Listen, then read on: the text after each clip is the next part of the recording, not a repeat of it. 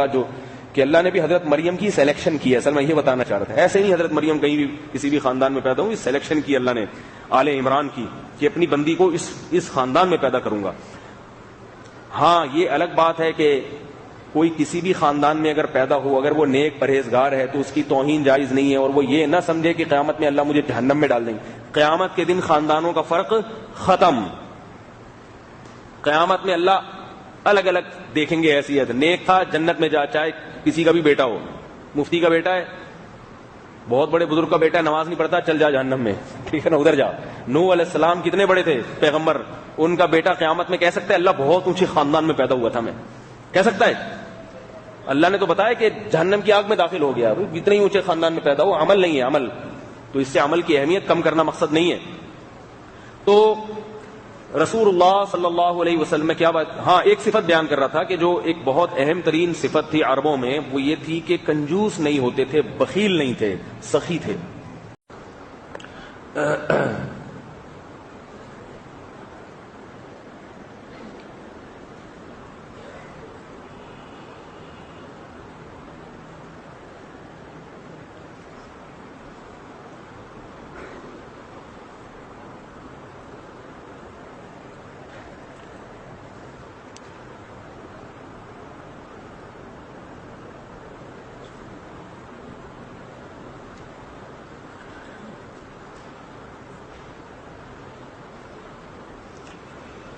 الحمد لله نحمده ونستعينه ونستغفره ونؤمن به ونتوكل عليه ونعوذ بالله من شرور أنفسنا ومن سيئات أعمالنا من يهده الله فلا مضل له ومن يضلل فلا هادي له ونشهد أن لا إله إلا الله وحده لا شريك له ونشهد أن محمدا عبده ورسوله صلى الله تعالى عليه وعلى آله وأصحابه وبارك وسلم تسليما كثيرا كثيرا. أما بعد فأعوذ بالله من الشيطان الرجيم. بسم الله الرحمن الرحيم. وضرب الله مثلا للذين آمنوا امرأة فرعون إذ قالت رب ابن لي عندك بيتا في الجنة ونجني من فرعون وعمله ونجني من القوم الظالمين. ومريم ابنة عمران التي أحصنت فرجها فنفخنا فيه من روحنا وصدقت بكلمات ربها وكتبه وكانت من القانتين. 29 پارے 28 پارے کی آخری آیات ہے. کئی ہفتوں سے اس پہ درس چل رہا ہے. ان آیات میں اللہ تعالیٰ نے 2 کافر عورتوں کی اور 2 مسلمان عورتوں کی مثال پیش کی ہے. 2 مسلمان عورتوں کی جو مثال پیش کی, ایک فرعون کی بیوی جس نے مظالم سہنے کے باوجود ایمان اور تقوی کے راستے کو منتخب کیا. اس سے کیا اسباق ملتے ہیں اس پر تفصیلی بیان ہو چکا ہے. وَمَرْيَمَ ابْنَتَ عِمْرَانَ الَّتِي أَحْصَنَتْ فَرْجَهَا, اور آخری واقعہ اللہ نے بیان کیا مریم کا جو عمران کی بیٹی تھی, جنہوں نے اپنی عزت اور عفت کی حفاظت کی. فَنَفَخْنَا فِيهِ مِن رُّوحِنَا, فرمایا ہم نے ان کے رحم میں فرشتے کے ذریعے پھونک لگائی اور اللہ نے ان کو اولاد دی معجزاتی طور پر. وصدقت بکلمات ربها وکتبه, اور مریم نے اپنے رب کے کلمات کی تصدیق کی اور اللہ کی کتابوں کی بھی تصدیق کی. وکانت من القانتین, اور وہ بھی فرما برداروں میں سے تھی, نیک عورتوں میں سے تھی.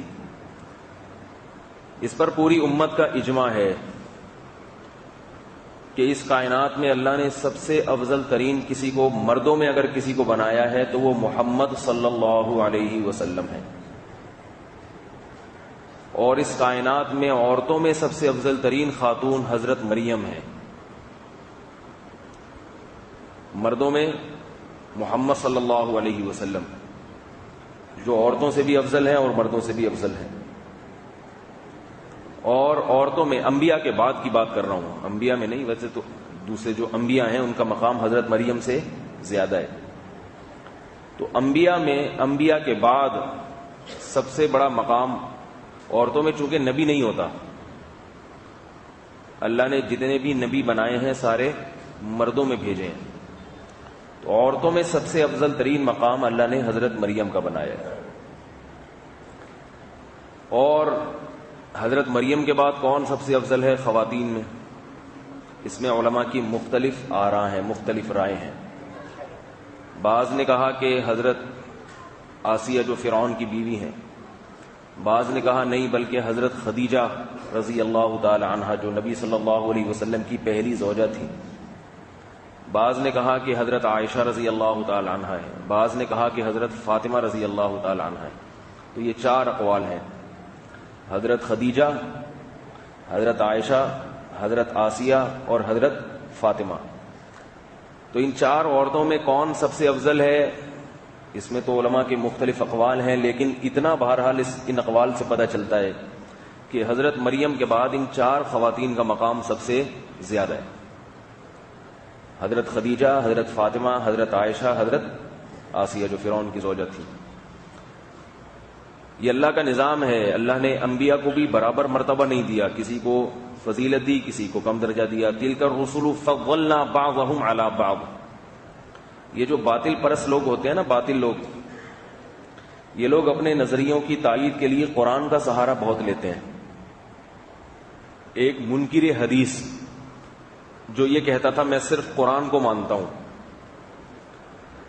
کہنے لگا مجھ سے کہ اللہ نے تمام پیغمبروں کو ایک جیسا مقام دیا ہے، یہ نہیں ہے کہ محمد صلی اللہ علیہ وسلم کی فضیلت دوسروں سے زیادہ، ایسا نہیں ہے، سارے پیغمبر ایک جیسے۔ اور اس نے قرآن کی آیت پڑھی لا نفرق بین احد من رسلہ، کہ اللہ نے قرآن میں فرمایا کہ اہل ایمان یہ کہتے ہیں کہ ہم انبیاء کے درمیان کوئی فرق نہیں کرتے۔ قرآن کی آیت بھی پیش کر دی اور حوالہ بھی پیش کر دیا۔ وہ اس طرح کئی لوگوں کو گمراہ کر چکا تھا۔ میں اس وقت نیا مولانا بننے کے لیے مدرسے میں داخل ہوا تھا، قرآن میں نے پہلے سے کچھ کافی یاد کیا ہوا تھا، تو اس وقت تو میں بھی تھوڑا سا بوکھلا گیا۔ لا نفرق بین احد من رسلی، قرآن کے الفاظ ہیں کہ اہل ایمان یہ کہتے ہیں کہ ہم پیغمبروں کے درمیان کوئی فرق نہیں کرتے۔ تو قرآن سے دلیل دے دی نا۔ تو میں چونکہ حفظ کافی حد تک کر چکا تھا، تو میں نے کہا کہ تلک الرسل فضلنا بعضهم علی بعض بھی تو ہے۔ تیسرا پارہ جو شروع ہوتا ہے تلک الرسل، تلک الرسل کا مطلب کیا ہے؟ تلک الرسل، یہ جو پیغمبر ہیں، فضلنا بعضهم علی بعض، ان میں ہم نے بعض کو بعض پر فضیلت دی ہے۔ اب یہ لوگ جب ایسی بات سنتے ہیں تو پتلی گلی تلاش کرتے ہیں پھر، کیونکہ ان کو نہیں پتا ہوتا کہ سامنے، یہ جب بھی دیکھتے ہیں نا کہ اگر ان کو پتا چلے کہ سامنے والا مولانا ہے، مولوی ہے، پڑھا لکھا ہے، تو وہ بات ہی نہیں کرتے۔ وہ بیچارہ پھنس گیا وہ بات شروع کر کے، تو اب وہ ادھر ادھر بغلیں جھانک رہا ہے کہ میں کہاں سے نکلوں۔ تو میں نے کہا کہ تلک الرسل فضلنا بعضهم علی بعض، اللہ نے قرآن میں صاف لفظوں میں فرمایا کہ ہم نے بعض پیغمبروں کو بعض پر فضیلت دی ہے۔ اور یہ جو آیت ہے کہ ہم پیغمبروں کے درمیان فرق نہیں کرتے، اس کا کیا مطلب ہے؟ یہ اسی آیت کو پورا پڑھو گے تو مطلب سمجھ میں آ جائے گا۔ نؤمن ببعض ونکفر ببعض، آگے آیت ہے قرآن کی کہ ہم ایسا نہیں کرتے کہ بعض پیغمبروں پر ایمان لائیں اور بعض کا انکار کریں، سب پر ایمان لاتے ہیں۔ ایمان لانے میں پیغمبروں کے درمیان کوئی فرق، بولو بھائی، نہیں کرتے۔ ایک پیغمبر کا انکار ایسے ہے جیسے سارے پیغمبروں کا انکار، اس معاملے میں ہم کوئی فرق نہیں کرتے۔ تو میں یہ بتا رہا ہوں کہ ایسے کیسے لوگ قرآن کے ذریعے آپ کو گمراہ کرتے ہیں۔ تو اللہ نے جیسے بعض پیغمبروں، اچھا اسی آیت میں آگے ہے وَفَضَّلْنَا بَعْضَهُمْ تِلْكَ الرُّسُلُ فَضَّلْنَا بَعْضَهُمْ عَلَى بَعْضٍ مِّنْهُمْ مَنْ كَلَّمَ اللَّهُ، آگے اللہ نے پھر بتایا کہ دیکھو کیسے ہم نے فضیلتیں دی ہیں۔ بعض ایسے جن سے ہم نے براہ راست کلام کیا، جیسے حضرت موسیٰ علیہ السلام، مِّنْهُمْ مَنْ كَلَّمَ اللَّهُ، بعض ایسے جن سے اللہ نے کلام کیا، مِّنْهُمْ مَنْ كَلَّمَ اللَّهُ وَرَفَعْنَا بَعْضَهُمْ عَلَى بَعْضٍ، اور بعض ایسے جن کو ہم نے بعض پر بڑی فضیلت دے دی۔ علماء نے لکھا یہ جو اللہ نے بعض کا لفظ استعمال کیا نا، نام نہیں لیا، اس پر تو اتفاق ہے کہ اس سے محمد صلی اللہ علیہ وسلم مراد ہیں، لیکن اللہ نے یہاں نام اس لیے نہیں لیا، یہ بیان کرنے کے لیے کہ آپ کی فضیلت اتنی زیادہ ہے کہ نام لینے کی ضرورت نہیں ہے۔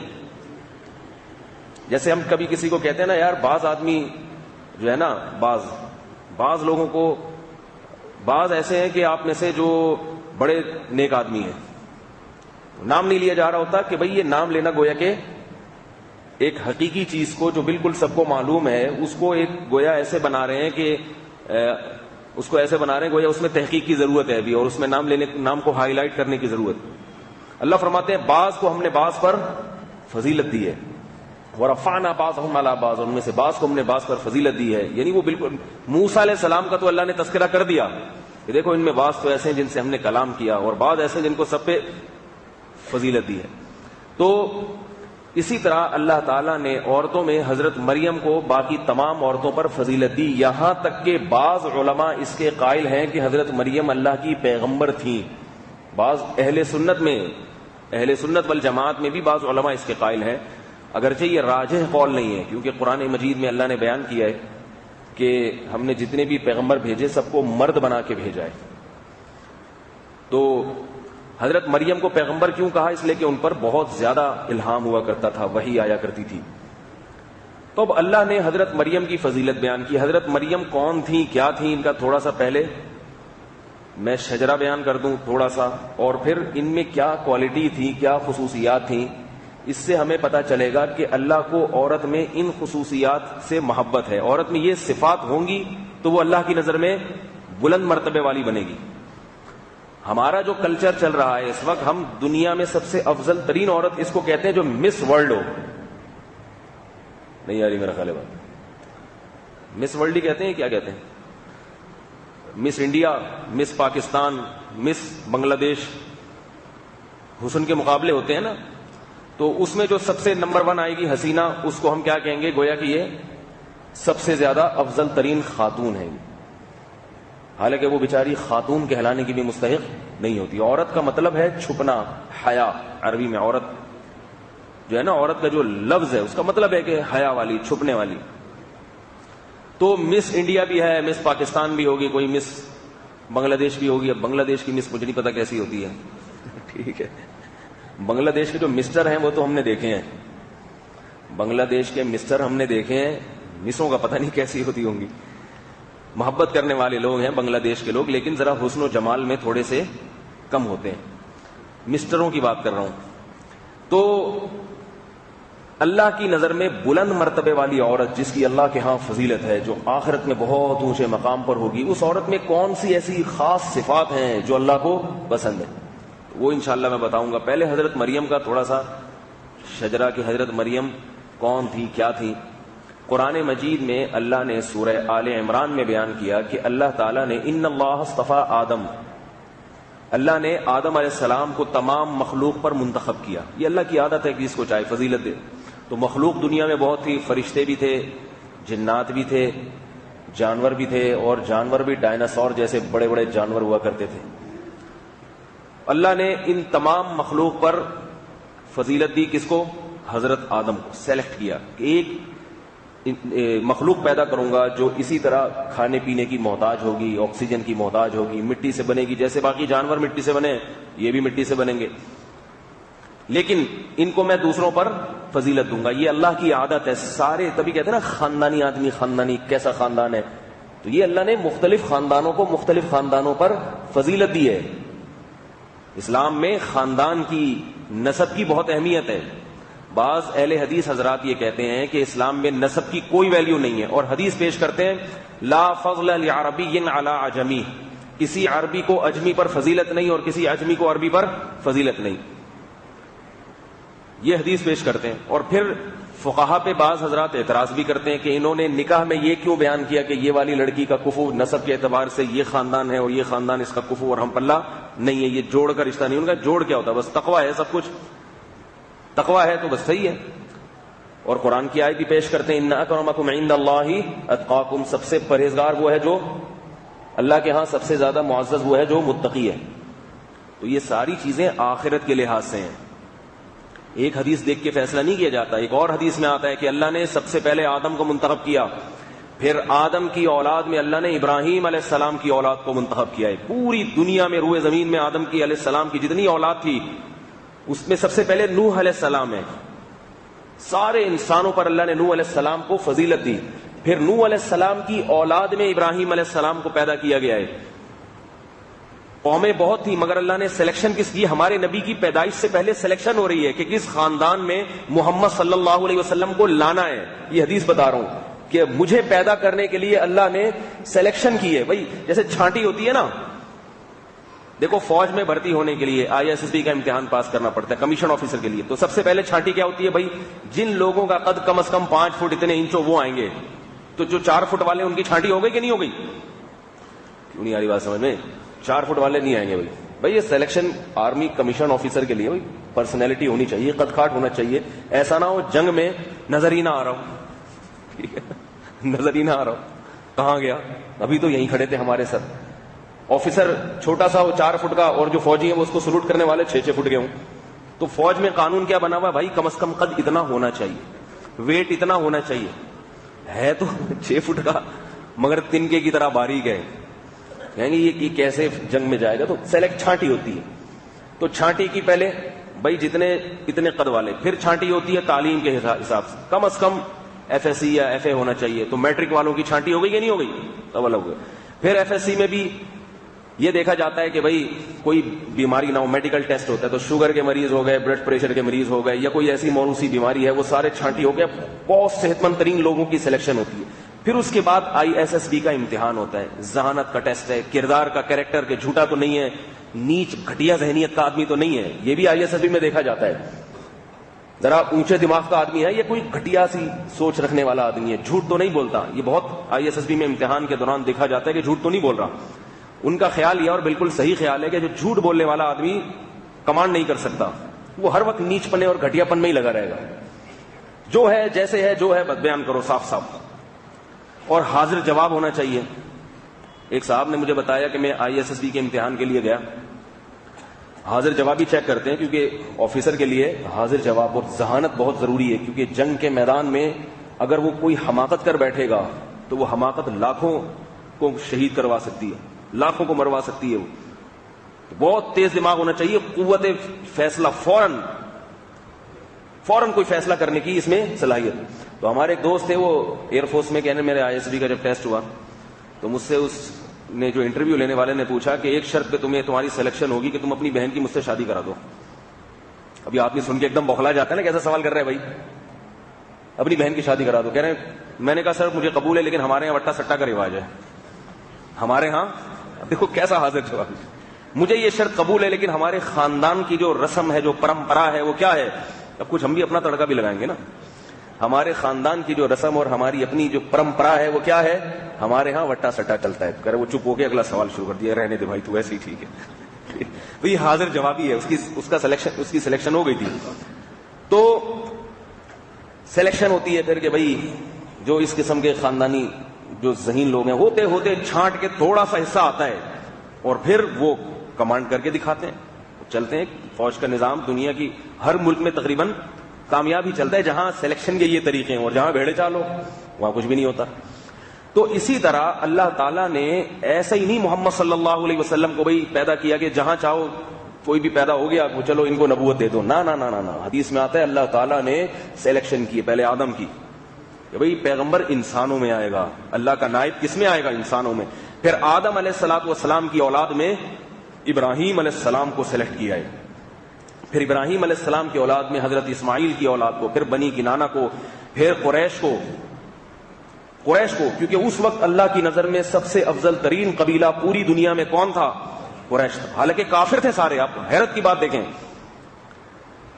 سارے بت پرست تھے قریشی, مگر اللہ محمد صلی اللہ علیہ وسلم کی سلیکشن کے لیے قریش کا انتخاب کر رہے ہیں, حالانکہ کافر ہیں.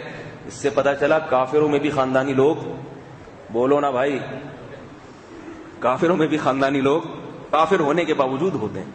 اس وقت یہودی بھی تھے, عیسائی بھی تھے, اور بہت سے عیسائی اس وقت جنتی تھے, یعنی توحید پہ چل رہے تھے. اللہ نے ان میں سلیکشن نہیں کی کہ ان کی اولاد میں پیدا کروں گا, نہ. خاندانی کسے کہتے ہیں؟ یعنی اللہ نے قریش کا انتخاب کیوں کیا؟ سوال پیدا ہوتا ہے, وہ تو بت پرست تھے. ایک طرف اللہ فرماتے ہیں مشرک نجس ہے, مسجد حرام میں نہ جائیں مشرکین, اور ایک طرف نبی صلی اللہ علیہ وسلم نے فرمایا اللہ نے بنی کنانہ میں سے، ابراہیم علیہ السلام کی اولاد میں کنانہ گزرے، ان کی اولاد میں اللہ نے بہت سارے قبیلے پیدا کیے، تو قریش کو منتخب کیا مجھے پیدا کرنے کے لیے. تو وجہ اس کی یہ تھی کہ قریش بڑے خاندانی لوگ تھے، کافر ہو کے بھی ان کی کچھ چیزیں ایسی تھیں جو ایک اچھے خاندان کی علامت ہوتی ہے. نمبر ایک، جھوٹ کو بہت برا سمجھا کرتے تھے. وہ ابو سفیان قریشی تھے اور کافر بھی تھے، شروع میں کافر تھے. جب جعفر طیار کے سامنے، جب ہرقل بادشاہ کے سامنے حضرت ابو سفیان کو لایا گیا ہے اور ابو سفیان کو سامنے بٹھا کے بادشاہ نے انکوائری کی ہے محمد صلی اللہ علیہ وسلم کی. یہ آئے تھے نبی صلی اللہ علیہ وسلم کے ساتھیوں کو پکڑنے کے لیے کہ بھی بادشاہ نے پناہ دی ہوئی ہے تو ہم جائیں گے اور اپنے ساتھیوں کا مطالبہ کریں گے. تو اس نے بٹھایا، بولا کہ بھائی جو ہے آپ کیا چاہتے ہیں. تو نبی صلی اللہ علیہ وسلم کے بارے میں سوالات پوچھنا شروع کیے. ابو سفیان ایک ایک سوال کا صحیح جواب دیتا رہا. پوچھا کیا انہوں نے کبھی جھوٹ بولا ہے زندگی میں؟ 40 سال سے یہ تمہارے درمیان موجود رہے ہیں، کبھی زندگی میں جھوٹ بولا؟ ابو سفیان نے کہا نہیں، کبھی جھوٹ نہیں بولا انہوں نے. اب دیکھو ابو سفیان کو تو تکلیف ہو رہی ہے نا یہ جواب دیتے ہوئے، وہ تو نبی صلی اللہ علیہ وسلم پر ایمان نہیں رکھتا تھا. بولے جھوٹ بولا کبھی؟ انہوں نے کہا جھوٹ نہیں بولا کبھی. تو بادشاہ نے کہا کہ جس نے پوری زندگی کبھی جھوٹ نہ بولا ہو وہ ایک دم اتنا بڑا جھوٹ باندھ دے کہ میں اللہ کا پیغمبر ہوں، یہ کیسے ہو سکتا ہے؟ بھائی جو برائی کرتا ہے پہلے چھوٹی برائیاں کر کے بڑی برائی تک آتا ہے نا. ایسے تو نہیں ہوتا کہ ایک دم سے کسی بچے نے کبھی 5 روپے چوری نہ کیے ہوں ایک دم وہ بینک پہ ڈاکہ مار کے کروڑوں روپے لوٹ لے، ایسا تھوڑی ہوتا ہے. اس نے کہا اچھا یہ بتاؤ محمد صلی اللہ علیہ وسلم اور تمہارے درمیان جو معاہدے ہوتے ہیں جنگ بندی کے یا اور معاہدے، یہ وہ معاہدے پورے کرتے ہیں؟ انہوں نے کہا ہاں معاہدے پورے کرتے ہیں وہ. اور اس طرح کی جتنی باتیں پوچھی سب کے جواب پازیٹو میں جا رہے ہیں. ابو سفیان کہتے ہیں اگر مجھے یہ ڈر نہ ہوتا کہ عرب کہیں گے کہ اس قوم کا سردار ہو کے جھوٹ بولتا ہے تو میں جھوٹ بول دیتا، لیکن مجھے پتا تھا میں نے ایک جھوٹ بھی بول دیا تو میں اپنی قوم کو منہ دکھانے کے قابل نہیں رہوں گا. کہیں گے تو کیسا سردار ہے جھوٹ بول کے آیا. اور ہمارے ہاں جو سچ بولتا ہے وہ سردار بن ہی نہیں سکتا. کیا خیال ہے بھائی؟ ہمارے سیاسی رہنما سارا دن جھوٹ بولتے ہیں، سارا دن جھوٹ، اور لوگ انہیں کو ووٹ دیتے ہیں. سچ بولے گا پکڑا جائے گا. ٹھیک ہے، تو ابو سفیان کہہ رہے کہ میں کیسے قوم کی سرداری کروں گا؟ اگر میں نے جھوٹ بول دیا تو لوگ کیا کہیں گے؟ لوگ سے کون مراد ہیں؟ قریش، میرا قبیلہ. پتہ یہ چلا کافر ہونے کے باوجود یہ لوگ جھوٹ کو ناپسند کرتے تھے. غیرت بہت تھی، غیرت. آج یاد رکھو، میری بات کان کھول کے سن لو. میڈیا نے لفظ غیرت کو ایک گالی بنا کے پیش کیا ہے. سمجھ رہے ہو؟ غیرت ایک اتنی اچھی صفت ہے. نبی صلی اللہ علیہ وسلم نے فرمایا سب سے زیادہ غیرت اللہ میں، اور اس کے بعد اس کائنات میں سب سے زیادہ غیرت مجھ میں. تو غیرت اچھی صفت ہے. غیرت کیا ہے؟ آپ اپنی بیٹی، بہن، بیوی کے معاملے میں حساس ہو، سینسٹیو ہو. ایسا نہیں کہ کوئی بھی چھڑ کے جا رہا ہے آپ کو غصہ ہی نہیں آ رہا. میڈیا آپ کو ضرورت سے زیادہ براڈ مائنڈڈ بنانے کی کوشش کر رہا ہے، اور بار بار ابھی کسی نے مجھے بتایا کہ ایک اینکر جو ہے نا ایک مولانا صاحب سے بات چیت کر رہا ہے، اور جو ہے وہ جو قتل ہوا تھا نا اس کا، وہ کون تھی؟ کوئی کوئی اداکارہ بھی کچھ دن پہلے اداکارہ تھی، قندیل بلوچ کا قتل جب ہوا تھا تو میڈیا میں اس کو بار بار غیرت کے نام پہ قتل کر دیا، غیرت کے نام پہ قتل کر دیا.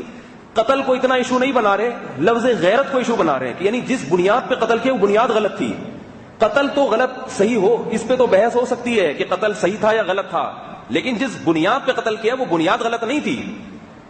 نہیں یاری میرا غلط بات سمجھ لیں بھائی. اس پہ تو دو رائے ہو سکتی ہیں کہ یہ قتل کرنا جائز تھا یا نہیں تھا، قتل مناسب تھا یا نہیں تھا، لیکن جس بیس پہ کیا ہے وہ بیس بہرحال صحیح تھی.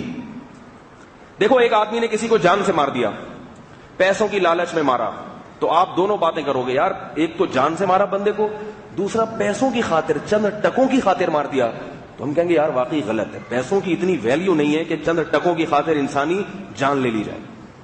کسی آدمی نے اپنی بیوی کو چاقو مار کے ہلاک کر دیا، غلط ہے. لوگ کہیں گے یار چاقو مار کے ہلاک کیا اور محض کھانے میں نمک زیادہ ڈالنے پر کر دیا یہ کام، کھانا نہ کھلانے پر کر دیا. اس نے آگے سے بد اخلاقی کی تھی، اس بد اخلاقی پہ کر دیا، یعنی غصے میں آ کے یہ کام کر دیا. تو غصے کی انتہا یہ بری چیز ہے. غصہ کوئی اچھی صفت تو نہیں ہے، خام خواہ کا غصہ، چھوٹی چھوٹی باتوں پہ غصہ. لیکن اگر غیرت کی بنیاد پہ کیا، اس کے ناجائز تعلقات تھے کہیں،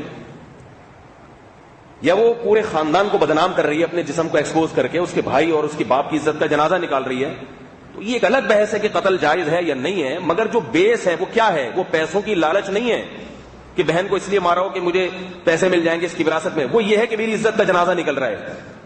تو یہ بنیاد بہرحال یہ درست ہے، کیونکہ غیرت سب سے زیادہ کس میں ہے؟ اللہ میں.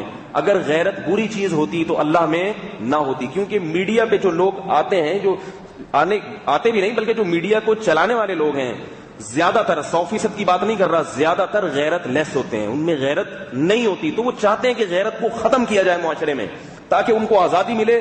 جو آگے میڈیا پہ ننگا ناچے، کوئی انگلی اٹھانے والا نہ ہو. بولے کیا ہے؟ ٹھیک ہے، کلچر ہے، براڈ مائنڈ بنو، آزادی ہے. تو میں ایک چیز بار بار کہتا ہوں کہ بہت خطرناک ہے یہ جو میڈیا ہے نا، جو ہماری ذہن سازی کر رہا ہے، بہت خطرناک ذہن سازی کر رہا ہے. تو اس لیے اس کے شر سے، اس کے زہر سے بچ کے رہا کرو. خالد جامعی صاحب ہیں، کراچی یونیورسٹی کے چانسلر ہیں، وائس چانسلر ہیں، مجھے معلوم نہیں، بہت زبردست آدمی ہیں، بہت ایجوکیٹڈ اور بڑے پڑھے لکھے آدمی ہیں. میڈیا والے کئی دفعہ ان کے پاس پہنچے قندیل بلوچ کے بارے میں انٹرویو لینے کے لیے. تو ان کے پاس پہنچے کہ آپ اس بارے میں کیا کہتے ہیں کہ یہ قتل صحیح ہوا کہ نہیں ہوا. وہ بہت ذہین ہے. انہوں نے ایک بات کی، انہوں نے کہا مجھ سے جب سوال پوچھو تو اس سے پہلے بھی کچھ سوالات ہیں، پہلے وہ پوچھو پھر یہ آخر میں پوچھو. پہلا سوال یہ ہے کہ قندیل بلوچ کا اس طرح کی ویڈیوز بنا کے اپنے آپ کو ایکسپوز کرنا صحیح تھا یا نہیں تھا؟ یہاں سے سوال شروع کرو. نہیں آ رہی میرا خیال بات. پھر فیس بک پہ، یوٹیوب پہ اس کو اتنی کوریج دینا، جن جن لوگوں نے اس کو کوریج دی اور اس کو آگے شیئر کیا، ان لوگوں کا یہ اقدام صحیح تھا یا نہیں تھا؟ حکومتی تمام اہلکار ایک ایسی ریاست میں جو اسلام کے نام پہ بنی ہے، جس میں لاکھوں جانیں قربان دی اس لیے کہ اس میں اسلام کو نافذ کیا جائے گا، وہ تمام حکومتی اہلکار یہ تماشا اور ننگے بدن کو دیکھ رہے ہیں اور کوئی کاروائی نہیں ہوتی قانونی طور پر. قندیل بلوچ کے خلاف کوئی FIR نہیں کرتی اور کوئی جو ہے نا اس پہ احتجاج نہیں ہوتا. تو یہ احتجاج نہ ہونا صحیح تھا یا غلط تھا؟ نہیں یاری میرا غلط بات. پھر اس کے بھائیوں کے جذبات کو جو مجروح کیا، بھائی میں اگر غیرت ہوگی تو وہ بہن پہ غصہ تو آئے گا نا اس کو. تو بہن کا اپنے بھائی کے اور اپنے خاندان کے کی عزت کو تار تار کر دینا اس طرح، اور بھائیوں کے اور باپ کے اور خاندان کے جذبات کو مجروح کر دینا، یہ قندیل بلوچ کا یہ عمل درست تھا یا نہیں تھا؟ ان سوالات کے پہلے جوابات آپ مجھ سے پوچھیں تو میں بتاؤں گا، اس کے بعد پھر آخر میں سوال کا بھی جواب دوں گا کہ اس کا قتل صحیح تھا یا غلط تھا. وہ پتلی گلی سے نکل لیا. نہیں آ رہی میرا خیال ہے. میڈیا والے پتلی گلی، وہ اپنے ساتھ پتلی گلی لے کے آتے ہیں. میڈیا والوں کا ایک علاج بتاؤں، جو اس طرح کے الٹے سوال کریں. جو سیدھا سوال کرے اس کو جواب دو، الٹا سوال کرو نا اس پہ آپ کو ایک واقعہ سناتا ہوں. ایک آدمی کے پاس میڈیا والے پہنچ گئے خام خامے، جیسے وہ چائے والے کو پتہ نہیں کہاں سے کہاں پہنچا دیا. وہ تو بیوقوف تھا، اپنے چائے کا ہوٹل چھوڑ کے لڑکیوں میں گھس گیا جا کے. اپنی زندگی بھی، جوانی بھی برباد کرے گا، اپنی آخرت بھی برباد. لوگوں کمنٹ آ رہے ہیں کہ دیکھو غریب آدمی کو پاکستان میں کتنی ترقی مل گئی. ترقی نہیں ملی، خدا کی قسم. اس بیچارے کا تنزل شروع ہو گیا ہے. پہلے روکھی سوکھی روٹی عزت کے ساتھ، نظر کی حفاظت کے ساتھ، پاک دامنی کے ساتھ کما کے لاتا تھا. غریب ہونا اللہ کی قسم کوئی عیب نہیں ہے. قارون مالدار تھا، موسیٰ علیہ السلام غریب تھے لیکن عزت دار تھے. اب اس جوان آدمی کو چاروں طرف لڑکیوں کے بکھیڑے میں، جوان لڑکیوں کے بکھیڑوں میں لا کے ڈال دیا. اس کو کیٹ واک کرائی جا رہی ہے، اس کو بدری شیروانیاں کرتے پہنا کے اس کی تصویریں لی جا رہی ہیں. وہی چھچور پنے میں ڈال دیا. اب اس کی آگے زندگی کیا گزرے گی؟ وہ اپنے آپ کو بدکاری سے بچائے گا، لڑکیوں سے دوستیاں کرے گا، نہیں کرے گا یہ ہم نہیں جانتے. ہم کسی کے بارے میں بدگمان نہیں ہوتے، ہم سے اچھا ہی ہوگا. لیکن بہرحال ظاہری اعتبار سے اور اخروی اعتبار سے اس کو تباہ و برباد کر دیا. صرف آنکھیں نیلی ہیں. کیا کوالٹی ہے؟ او بھائی کسی نے کوئی چیز ایجاد کی ہو، کوئی ایسا کوئی کارنامہ کیا اس نے وہ قوم کے لیے، کوئی ایسا کوئی جو ہے نا وہ کوئی گھڑی ایجاد کر لی ہو، کوئی نیا موبائل مارکیٹ میں لے آیا ہو، یا کوئی ایسی کوئی گاڑی ایجاد کر لی ہو پانی سے چلنے والی، ٹھیک ہے نا، کوئی ایسی کوئی چیز کام کر لیا اس نے، تو آپ اس کو لائیں، بہت اچھی بات ہے. ایسے لوگوں کو عزت نہیں. یہ کوئی یونیورسٹی میں پہلے نمبر پہ آ گیا ہے، ٹھیک ہے نا، ٹاپ کیا اس نے، میتھمیٹکس میں ٹاپ کیا، بایولوجی میں ٹاپ کیا، فزکس میں ٹاپ کیا. آپ لائیں اس کو، میڈیا پہ لائیں، کوریج دیں، اس کے انٹرویو لیں، اس کو عزت دیں، بہت اچھی بات ہے. آنکھیں نیلی ہیں، اس کو چاند پہ پہنچا دیا. تو کئی لڑکے اب نیل ڈالنے کی کوشش کر رہے ہیں آنکھوں میں، نہیں ہوگا کچھ بھی. تو یہ جو ہے میڈیا نے آسمان تک پہنچا دیتا ہے کسی کو. تو ایک میڈیا کا جو ایک نمائندہ تھا وہ کسی پٹھان سے انٹرویو لینے کے لیے گیا. اس پٹھان کو خیال ہوگا یہ چائے والے جیسا میرا حشر نہ کر دے کہیں، میں اپنی عزت کے ساتھ بکریاں چرا رہا ہوں اور گائے بھینسیں پالی بھی ہیں. تو اس کے پاس 2 بکرے تھے، ایک کالے رنگ کا اور ایک سفید رنگ کا. تو وہ میڈیا والا اس کے پاس گیا، اس سے خام انٹرویو لے گیا نا اس کو سر پہ چڑھانے کے لیے. اس سے پوچھا کہ پٹھان بھائی یہ جو بکرے ہیں یہ دونوں آپ کے ہیں؟ نہیں، اس سے یہ پوچھا کہ یہ دونوں بکرے جو ہیں یہ کون سی نسل ہے؟ اس نے کہا کالے والے، یہ سفید والی۔ اس نے کہا کالے والی، اس نے کہا یہ کاموری نسل ہے، اور سفید والی اس نے کہا یہ بھی کاموری ہے۔ چلو بھیا، اچھا یہ بتائیں پٹھان بھائی، یہ جو کالا بکرا ہے اس کو آپ کیا کھلاتے ہیں؟ اس کو میں لوسن نہیں، ان دونوں بکروں کو آپ کیا کھلاتے ہیں؟ تو اس نے کہا کالے والے کو یا سفید والے کو؟ اس نے کہا کالے والے کو۔ اس کو لوسن کھلاتا ہوں۔ اچھا، اور سفید والے کو؟ اس کو بھی لوسن کھلاتا ہوں۔ اب وہ جو انٹرویو لینے آیا تو اس کو غصہ آنے لگا کہ یار یہ کیا کالا پیلا کی اس نے وہ لگائی ہوئی ہے۔ پھر تیسرا سوال پوچھتا ہے، اچھا یہ بتائیں کہ ان کا وزن کتنا ہے، دونوں کا وزن؟ اس نے کہا کالے والے کا، سفید والے کا؟ کالے والے کا 1 من ہے، اور سفید والے کا اس کا بھی 1 من ہے۔ اچھا آپ یہ بتائیں ان کو نہلاتے ہیں؟ کالے والے کو پوچھ رہے ہیں یا سفید والے کا پوچھ رہے ہیں؟ اس نے کہا بھائی کالے والے کا بتا دیں، ہاں نہلاتا ہوں، اور سفید والے کو؟ اس کو بھی نہلاتا ہوں۔ اب اس کو اینکر کو غصہ ہے، اس نے بولا جب ایک ہی کام دونوں کے ساتھ کر رہا ہے تو یہ کالا سفید کی تو نے پخ کیوں لگائی ہوئی ہے؟ تو وہ پٹھان بھائی جواب دیتے ہیں اصل میں کالا والا میرا ہے۔ تو اس نے کہا اور سفید والا؟ وہ بھی میرا ہے۔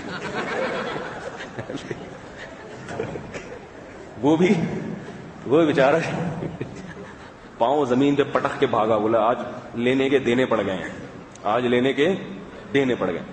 تو ان کے ساتھ یہ کیا کرو، جب یہ سوال پوچھنے آئے نا، آپ کہیں کھڑے ہوئے ہو تو ان سے پہلے پوچھو، پہلے یہ والا سوال پوچھو، یہ والا، اس سے پہلے یہ والے سوالات ہیں وہ پوچھو۔ تو وہ خالد جامعی صاحب نے ان کو بھگا دیا کہ پہلے یہ پوچھو کہ اس کا اس طرح سے اپنے آپ کو ایکسپوز کرنا جائز تھا یا ناجائز تھا، یعنی خود پاکستان کے قانون کے مطابق بھی درست تھا یا نہیں تھا۔ تو یہ بڑے ہوشیار ہیں، کیونکہ اب وہ قتل ہوا نا تو ایک دم اس کو وہ بڑھائیں گے اور دیکھو یہ غیرت کے نام پہ قتل کر دیا، غیرت کے نام پہ۔ میں نہیں کہہ رہا کہ قتل کرنا صحیح کام ہے کوئی، لیکن بہرحال غیرت جو ہے نا یہ اچھی صفت ہے، غیرت ہونی چاہیے۔ ہاں اس غیرت کی بنیاد پہ آپ جو کام کریں وہ کسی مولانا صاحب سے، مفتی سے پوچھ لیا کریں کہ میں اس غیرت پر، عرب غیرت کے نام پہ بچیوں کو مردہ دفن کر دیا، زندہ دفن کر دیا کرتے تھے، تو شریعت نے ان کی غیرت کو ختم نہیں کیا، مگر ان کو بتایا کہ غیرت کا محل یہ نہیں ہے کہ ان بچیوں کو دفن کرو، یہ غلط ہے، یہ جائز نہیں ہے، یہ ظلم ہے۔ جذبہ صحیح ہوتا ہے مگر اس جذبے سے نکلنے والے جو اعمال ہیں وہ اعمال بعض دفعہ جہالت کی وجہ سے، کم علمی کی وجہ سے وہ اعمال جو متفرع ہو رہے ہوتے ہیں وہ غلط ہو رہے ہوتے ہیں۔ اس میں اب غیرت کا مذاق نہیں اڑایا جاتا، اس برائی کا مذاق اڑایا جائے گا جو برائی اس غیرت کی وجہ سے اس نے کی ہے لیکن جہالت بھی تھی اس میں۔ تو اللہ تعالیٰ نے کس کو منتخب کیا؟ قریش کو، اس لیے کہ قریش میں بہت اچھی صفت کیا تھی؟ غیرت۔ اب میں ان کی غیرت کے 2-4 واقعات بتاؤں۔ ایک غیرت تو وہی تھی کہ وہ ان کی عورت زنا کر لیتی تو جان سے مار دیا کرتے تھے اس کو۔ شریعت نے اس پہ پابندی لگائی، بتایا کہ گواہ ہونے چاہیے۔ پھر جان سے مارنا کس کا کام ہے؟ حکومت کا کام ہے، کچھ اس کو محدود کیا۔ اور جس قوم میں غیرت ہی نہیں ہے وہ نہ جان سے مارے گی، نہ کوئی قانون سے مطالبہ کرے گی، کچھ بھی نہیں ہوگا، ٹھیک ہے کر لیا تو کوئی بات نہیں، لائف ہے انجوائے کرو، انجوائے اس نے بھی کیا ہم نے بھی انجوائے کیا، تو غیرت ہی نہیں ہے۔ قریش میں کیا تھی؟ غیرت تھی۔ تو اللہ ایسی قوم میں پیغمبر کو بھیجنا چاہتے تھے کیونکہ بلڈ کے اثرات آتے ہیں، خون کے اثرات آتے ہیں، نسب کے اثرات آتے ہیں انسان کے اندر۔ پھر قریش میں ایک بہت بڑی صفت تھی، بہادر تھے، بہادر، بزدل نہیں تھے۔ جو غیرت مند لوگ ہیں وہ کیا ہوا کرتے ہیں؟ بہادر۔ جنگوں میں اپنی قوم کا ساتھ دیا کرتے تھے، میدان چھوڑ کے پتلی گلی سے نکلتے نہیں تھے، کٹ جاتے تھے، مر جاتے تھے۔ دوستی کا ہاتھ جب ایک دفعہ بڑھایا تو پھر وہ ہاتھ پیچھے نہیں کھینچتے تھے۔ ایسی ان لوگوں میں بہادری تھی۔ تبھی آپ اس زمانے کے شاعروں کا کلام اگر سنیں، اس زمانے کے، ہمارے زمانے کے شاعروں میں اور ان دور کی شاعری میں بڑا فرق ہے۔ اس دور کی شاعری میں شاعر اپنی بہادری کے قصے بڑے اہتمام سے بیان کرتے ہیں، بہادری کے قصے بہت اہتمام سے۔ ہم نے اس دور کی شاعری پڑھی تھی، اس میں ایک زمانے جاہلیت میں ایک شخص نے کسی عورت سے نکاح کیا، وہ طلاق یافتہ عورت تھی یا بیوہ عورت تھی، اس کے سوتیلا بچہ بھی تھا۔ تو یہ باپ کو اپنے سوتیلے بچے سے نفرت تھی، باپ کو نفرت تھی سوتیلے بچے سے کہ یہ جو ہے نا میرے اور میری بیوی کے درمیان جو محبت ہے اس میں کباب میں ہڈی ہے یہ، ٹھیک ہے نا۔ عورت کی طبیعت تو اپنے بیٹے کی طرف بھی مائل ہوتی ہے نا، شوہر کی طرف بھی ہوتی ہے، وہ کہتے ہیں یہ ختم ہو جائے کسی طرح۔ تو اس نے ایک دن کیا کیا، وہ شاعر نے اس بیٹے کو تفریح کے بہانے جنگل میں لے گیا۔ یہ اپنا واقعہ وہ شاعری میں بیان کر رہا ہے، مجھے وہ شعر تو یاد نہیں، کئی سال پہلے پڑھے تھے، میں اس کا مفہوم بیان کر رہا ہوں کہ کیسے بہادر ہوتے تھے اور کیسے زیرک ہوا کرتے تھے وہ۔ کہہ رہے میں اس کو لے گیا جنگل میں کہیں، تو رات کو میں نے جب اس کو سلایا، وہ ہم دونوں سونے کے لیے لیٹ گئے، تو میں نے کہا جب یہ گہری نیند سوئے گا تو میں اٹھ کے تلوار سے وار کروں گا، اس کی گردن کاٹ دوں گا. تو جب میں نے دیکھا یہ گہری نیند سو گیا ہے تو میں اٹھا، ابھی میری ہلکی سی آہٹ سے اس کی آنکھ کھل گئی. عربوں میں چونکہ بہادری تھی نا، جنگیں بہت ہوتی تھیں، تو یہ سوتے ہوئے بھی بیدار رہتے تھے کہ بھائی کوئی دشمن تو نہیں آ رہا. وہ سوتے بھی اس طریقے سے تھے. تو کہہ رہے میں جیسے ہی آنکھ میری کھلی ہے میں اٹھ کے بیٹھا ہوں، ایک دم کوئی آہٹ ہوئی ذرا سی، وہ ایک دم اٹھ کے بیٹھ گیا. کہہ رہے کون ہے؟ میں نے کہا کچھ نہیں، ایسی وہ پتھر گرا ہے، پتا گرا ہے، ایسی بات ہو. ٹھیک ہے ابھی دوبارہ سو جا. تو کہہ رہے دوبارہ سو گیا. کہہ رہے پھر میں اٹھا رات کو، میں نے کہا اب سو رہا ہے، خراٹے آ رہے ہیں. جیسے ہی اٹھاؤں وہ ہلکی سی آہٹ تو ہوتی ہے نا، ہلکی پھلکی، تو کچھ نہ کچھ تو ہوگا. وہ پھر اٹھ کے بیٹھ گیا. کہہ رہے کیا ہوا؟ میں نے کہا کچھ نہیں، وہ پتا وتا گر گیا تھا اور کوئی پتھر ہل گیا تھا، کوئی پرندہ جو ہے نا اس نے کوئی چیز ہلا دی ہے. کہہ رہا اس نے بڑا غصہ آیا، اس کو پھر لیٹ گیا. کہہ رہے تیسری بار پھر میں جب اٹھاؤں پھر یہی حرکت، وہ اڑ گیا. پھر میں نے کہا کوئی پتا گر گیا تھا، کچھ یہ ہوگا. تو اس نے مجھے کہا کہ اب اگر پتا وتا گرا کوئی یا کوئی پتھر ہلا تیری گردن اڑا دوں گا میں. ٹھیک ہے نا. کہہ رہے پھر پوری رات میں نے پہرا دیا ہے کہ کچھ گر نہ جائے اس کے اوپر. کہہ رہے پوری رات میں نے پہرا دیا ہے کہ اس کے اوپر کوئی پتا نہ گرے، کوئی سارا یوں کر کے بھائی کچھ اٹھ نہ جائے. تو لوریاں سنا کے سلایا اس کو، بیٹا سو جا. تو پھر اس نے اس کی بہادری کا قصہ بیان کیا. تو عورتوں میں کیسی غیرت ہوتی تھی. زمانے جاہلیت میں قریش کی ایک عورت تھی، شاعرہ بھی تھی، وہ اس کے سگے بھائی کو قتل کر دیا کسی شخص نے. اب وہ عورت اپنے سگے بھائی کا انتقام لینا چاہتی تھی. اس کے جو بھائی تھے ان کو مال کی آفر دی بہت زیادہ. جو مقتول تھے نا، مقتول، اس کے وارثوں نے بہت زیادہ بھائیوں کو مال کی آفر دی. تو ایک بھائی نے آفر قبول کر لی، اتنا پیسہ دیکھا. پھر اس عورت نے اپنے بھائی کے خلاف شاعری کی ہے. اب یہ چونکہ غریب خاندان تھا، انہوں نے اتنا پیسہ دیکھا، نے کہا چلو جانے دو، ٹھیک ہے پیسہ آ رہا ہے نا. تو اس عورت نے اپنے بھائی کو غیرت کے تانے دیے شاعری میں کہ کیسا بے شرم بے غیرت بھائی ہے کہ سگا بھائی مر گیا اور پیسے لے کے اس کے قاتلوں کو معاف کر رہا ہے، انتقام لے، اس کو ابھار رہی ہے کہ انتقام لے. تو کیسا یعنی ایک تھا کہ بھائی ہم روکھی سوکھی گزارا کر لیں گے لیکن اپنے بھائی کے قاتلوں کو دندناتا ہوا دیکھیں، یہ ہماری غیرت کے خلاف ہے.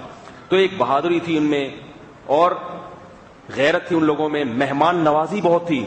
غریب ہوتے تھے، کھانے کو روٹی نہیں ہوتی تھی، مگر مہمان گھر میں گھس کے آ گیا تو لڑائیاں ہوتی تھی، بڈے بازیاں ہوتی تھی کہ یہ مہمان ہمارے گھر کھائے گا. مہمان کو اگر کھائے پیے بغیر چلا گیا نا تو بہت برا سمجھتے تھے. عرب کی شاعری میں یہ بددعا ملے گی کہ اللہ کرے تیرے گھر مہمان نہ آئے، یہ بددعائیں دیا کرتے تھے. یہ شاعری میں ان کی، اللہ کرے کہ تیرے گھر مہمان نہ آئے، اللہ کرے تیرے گھر مہمان آئے تو بھوکا جائے، یہ بددعائیں ہیں. اور ہمارے یہاں بددعا کہ اللہ کرے تیرے گھر صبح شام مہمان آتے ہیں، تیری ساری جائیدادیں وہ کھا جائیں. وہ اس کو برا سمجھتے تھے کہ بھئی ہمارے ہاتھ سے کوئی کھائے، کوئی نہیں کھا رہا، یہ تو بالکل غیرت کے خلاف ہے. تو مہمانوں کا اکرام. پھر ایک چیز اس قوم میں بڑی زبردست تھی، وہ قوم غلامی نہیں برداشت کرتی تھی، کسی کی غلامی نہیں بنی. روم اور فارس کی بڑی بڑی ریاستیں تھیں، بڑی بڑی سپر پاور اس زمانے کی طاقتیں تھیں، مگر وہ عرب پہ حکومت کرنا پسند نہیں کرتے تھے کہ یہ غلام نہیں بن سکتے، یہ کاٹ کے کھا جائیں گے، بغاوتیں کریں گے، یہ غلام نہیں بن کے رہ سکتے، غلام نہیں بنیں گے، ان کو ایسے ہی چھوڑ دو بھائی، ان پہ حکومت نہیں کرو، کٹ جائیں گے، مر جائیں گے، مگر یہ ہماری طاقت کو تسلیم نہیں کریں گے. ایسے لوگ تھے وہ. اور ان کے اندر بڑی صفات تھیں. ایک بہت بڑی صفت ان لوگوں میں صلہ رحمی، رشتہ داری جوڑنا. یہ بھی عربوں میں بڑی اچھی صفت تھی، رشتہ داری کو جوڑا کرتے تھے وہ لوگ. میں ایک بات آپ کو بتاؤں معذرت کے ساتھ، کسی قوم کا مذاق نہیں اڑا رہا، یہ تمام صفت یورپ اور امریکہ میں ختم ہو چکی ہے. نہیں آ رہی بات؟ جن کو آج ہم اپنا رہبر اور رہنما کہتے ہیں، جن سے ہم کہتے ہیں کہ ہم ان سے تہذیب سیکھیں گے، یہ تمام چیزیں ان کے اندر ختم ہیں. بہادری نہیں ہے، فضائی بمباری کرتے ہیں، نیچے اتر کے فیس ٹو فیس لڑائی کرنا. افغانستان میں دیکھ لو، سامنے اتر کے لڑائی کرنا ان کے لیے مشکل ہے. اس میں کون غالب آتا ہے؟ اس میں پٹھان غالب آ جاتا ہے. ٹھیک ہے نا، جب فیس ٹو فیس لڑائی ہوتی ہے پٹھان اس میں غالب آ جاتا ہے. میں یہ نہیں کہہ رہا کہ بزدل ہیں، لیکن ویسی بہادری نہیں ہے جیسی افغانیوں میں ہے. اور اس کی بہت ساری مثالیں ہیں. غیرت کا تو لفظ ہی نہیں ہے ڈکشنری میں. میں کسی قوم کا مذاق اڑانا میرا مقصد نہیں ہے، میں صرف آج کی جو نئی جنریشن ہے نا، جو ان کو اپنا معبود سمجھتی ہے اور ہر چیز میں ان کو فالو کرتی ہے، تو بھائی ایسا نہیں ہے. آپ سائنس اور ٹیکنالوجی میں ان کو اپنا امام ضرور مانیں، مگر تہذیب میں آپ ان کو اپنا امام نہ مانیں. تہذیب ان کو چاہیے کہ وہ ہم سے سیکھیں. تو عرب میں صلہ رحمی تھی، رشتہ داری کو جوڑا کرتے تھے، وہ رشتہ داری کے لیے کٹ جایا کرتے تھے، لڑتے بھی تھے، اس میں کوئی شبہ نہیں ہے، لیکن وہ رشتہ داری کے تانے دیا کرتے تھے کہ رشتہ دار ہو کے یہ کام کر رہا ہے، رشتہ دار ہو کے یہ کام کر رہا ہے۔ پھر عرب میں ایک اور اچھی صفت تھی، ان میں بعض عیاش لوگ زنا تو کرتے تھے مگر لڑکوں سے بدفعلی کا وہ قوم آشنا نہیں تھی کہ یہ بھی کوئی چیز ہوتی ہے، وہ جانتے نہیں تھے کہ یہ کیا ہوتا ہے، کیونکہ ان میں بروقت شادیوں کا رواج تھا، کافر ہو کے بھی وہ بروقت نکاح کر لیا کرتے تھے، تو وہ اس چیز سے آشنا نہیں تھے، یہ گندگی یہ برائی بھی ان کے معاشرے میں بالکل بھی نہیں تھی، اور بہت ساری چیزیں۔ تو تبھی اللہ تعالیٰ نے، حدیث میں آتا ہے رسول اللہ صلی اللہ علیہ وسلم نے فرمایا کہ اللہ نے قریش کو منتخب کیا، قریش کو، اور پھر قریش میں اللہ نے بنی ہاشم کو منتخب کیا۔ وہ قریش میں باقیوں سے بھی افضل تھے، اتنے افضل تھے کہ سب نے بیت اللہ کی چابیاں بنی ہاشم کے حوالے کر دی تھی کہ اللہ کے گھر کے متولی آپ لوگ ہو، ان کے حوالے کر دی تھی۔ پھر انہوں نے کیسے اس کی حفاظت کر کے دکھائی ہے بیت اللہ کی۔ عبد المطلب تھے، ابو طالب آپ صلی اللہ علیہ وسلم کے چچا، تو یہ کیسے آپ صلی اللہ علیہ وسلم کا انہوں نے رشتہ داری کی بنیاد پہ دفاع کیا ہے۔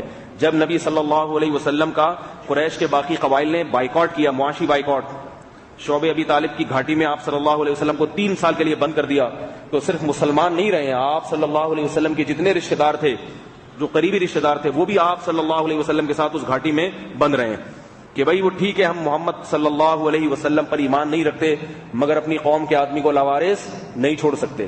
بہت مشکل ہے بھائی سمجھانا ہے، تھک گیا ہوں میں سمجھا کے۔ اپنی قوم کے آدمی کو ہم لاوارث، بولو نا بھائی، نہیں چھوڑ سکتے۔ ٹھیک ہے ہم ان پر ایمان نہیں لاتے، ہم ان کو جھوٹا نبی سمجھتے ہیں، مگر قوم کا آدمی ہے، یہ اگر بھوکا ہے تو ہم بھی بھوکے ہیں، یہ اگر 3 سال گھاٹی میں بند ہے تو ہم بھی بند ہیں ان کے ساتھ۔ اور عرب قتل کرنا چاہتے تھے نبی صلی اللہ علیہ وسلم کو، بہت کوشش کر رہے تھے قتل کرنے کی، مگر ڈرتے کس سے تھے؟ نبی کے قبیلے سے۔ کس سے ڈرتے تھے بولو بھائی؟ نبی صلی اللہ علیہ وسلم کے قبیلے سے، حالانکہ قبیلہ مسلمان نہیں تھا، چند ایک لوگ مسلمان ہوئے تھے، مگر ڈرتے تھے کہ ایسا نہیں ہے کہ یہ نبی پر ایمان نہیں رکھتے مگر رشتہ داری کا یہ پاس رکھیں گے، اور یہ جان سے یہ ایسی لامتناہی جنگ چھڑے گی ایک آدمی کو اگر ان کی ہم نے قتل کر دیا، اگرچہ ان کا اور اس کا مذہب الگ ہے، مگر ایسی جنگ چھڑے گی کہ پھر اس جنگ کو بند کرنا ہمارے اختیار میں نہیں ہوگا۔ آج قتل اتنا سستا ہو گیا ہے، اس کو پھینک کے آ جاؤ، قاتل کا پتہ بھی چل جاتا ہے تو کنی کترا کے لوگ گزر جاتے ہیں، اس کو کچھ کیا تو ایسا نہ ہو کچھ اور بھی کچھ کر دے، تو وہ اس لیے ظالم سے انتقام نہیں لیا جاتا، ڈاکو کو پکڑ کے چھوڑ دیتے ہیں، جا بھائی، ڈاکو کو پکڑ کے چھوڑ دیتے ہیں لوگ، جاؤ۔ ایک صاحب مجھ سے پوچھا ڈاکو پکڑا ہے کیا کریں؟ فون کر کے میں نے کہا پانی پلاؤ، چائے وائے پلاؤ اس کو، دودھ پتی گٹکا، بےچارا ٹینشن میں تھکا ہوا ہوگا بےچارا، یہ کوئی پوچھنے کی بات ہے ڈاکو کو پکڑ کے کیا کریں؟ ایک صاحب آئے میرے پاس کہہ رہے ہیں حضرت وہاں ڈاکو پکڑا، اس کو اتنا مارا ہے، بےچارا ایسے رونے والا ہو رہا تھا لڑکا، ڈاکو کے ہاتھ میں بندوق بھی تھی، جان سے مارنے والا تھا کسی کو، لیکن پبلک نے پکڑ لیا، مارا، پھر پبلک نے تسلی کے ساتھ، کوئی ہاتھوں سے مار رہا ہے، کوئی لاتوں سے مار رہا ہے، کوئی ڈنڈوں سے مار رہا ہے، کوئی پتھر سے مار رہا ہے، تو ایک بیچارہ بہت نیک وہ آیا میرے پاس، کہہ رہا یار میں وہاں امام تھا اس وقت، حضرت ڈاکو کو پکڑ کے ایسا بے دردی سے مار رہے ہیں، ایسا میں نے کہا رو نہیں، آپ کے رونے کو دیکھ کر مجھے ہنسی آ رہی ہے، نہیں رو۔ تو یہ پاگل پنا ہے، بے وقوفی، ڈاکو کو پکڑ کے دھنائی لگاؤ اللہ کے بندو، اگر نہیں مارا ہو تم نے اس کو تو وہ 6 بندوں کو اور مارے گا آگے جا کے، وہ قابل ترس نہیں ہے۔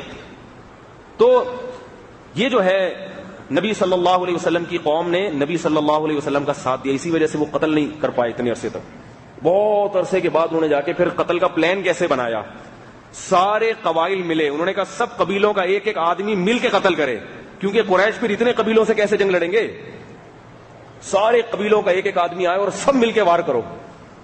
جب یہ پروگرام بن گیا ہے تو پھر آپ صلی اللہ علیہ وسلم نے مکہ سے ہجرت کا فیصلہ کر لیا۔ اس طرح سے انہوں نے کیا کہ بھئی قریش بالکل تنہا، بنی ہاشم بالکل تنہا ہو جائیں گے تو کہاں کس سے لڑیں گے، یہ بھی تو غیرت کی بات ہے یا نہیں ہے؟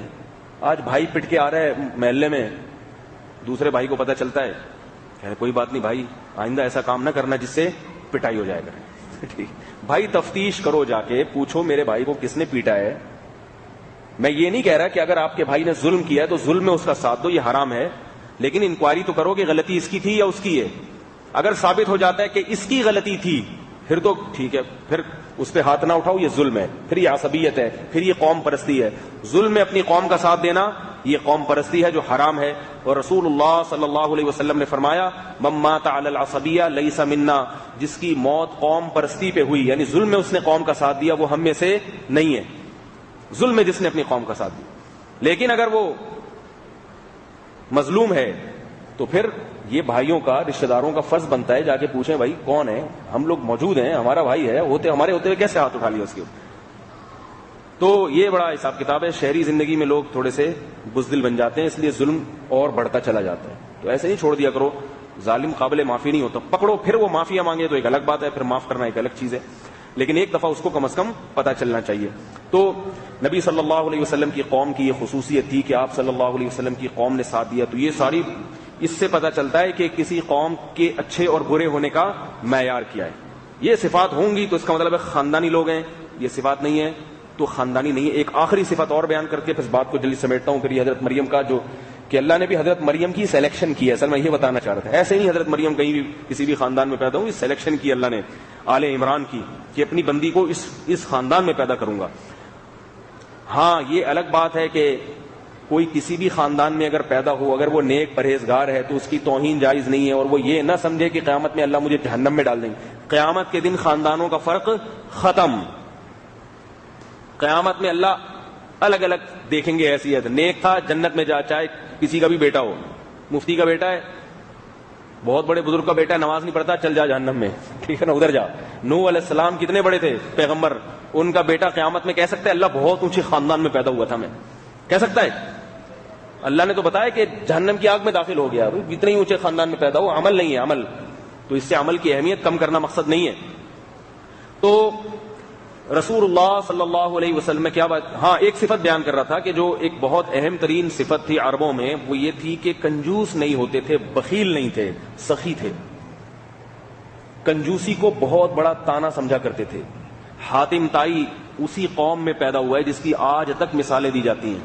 حالانکہ حاتم طائی نے رسول اللہ صلی اللہ علیہ وسلم کا زمانہ نہیں دیکھا، اسلام نہیں پایا، غیر مسلم تھا، مگر تھا اسی قوم میں سے.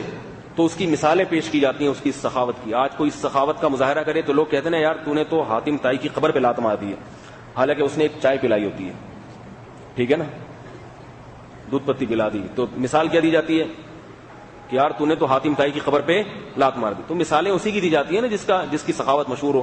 تو حاتم طائی بہت مشہور سخاوت تھی. پھر صحابہ کی زمانے جاہلیت میں جو سخاوتیں ہیں، کیسے لوگوں کو کھلایا کرتے تھے، کیسے قربانیاں دے دیا کرتے تھے. حضرت حمزہ کا تو میں اکثر واقعہ سناتا ہوں نا. حضرت حمزہ رضی اللہ تعالی عنہ، حضرت علی رضی اللہ عنہ کا اونٹ تھا. حضرت علی کا نکاح ہوا حضرت فاطمہ سے. تو حضرت علی نے ارادہ کیا بھائی اتنی بڑے خاندان میں میرا نکاح ہوا، نبی صلی اللہ علیہ وسلم کی بیٹی سے نکاح ہوا، تو یہ اونٹ میں ذبح کر کے ولیمہ کروں گا اس کا. تو حضرت حمزہ رضی اللہ تعالی عنہ، اس وقت اسلام میں شراب کی اجازت تھی، شراب حرام نہیں ہوئی تھی. تو حضرت حمزہ زمانے جاہلیت کی ایک عادت تھی، وہ نشے میں تھے، شراب پی ہوئی تھی.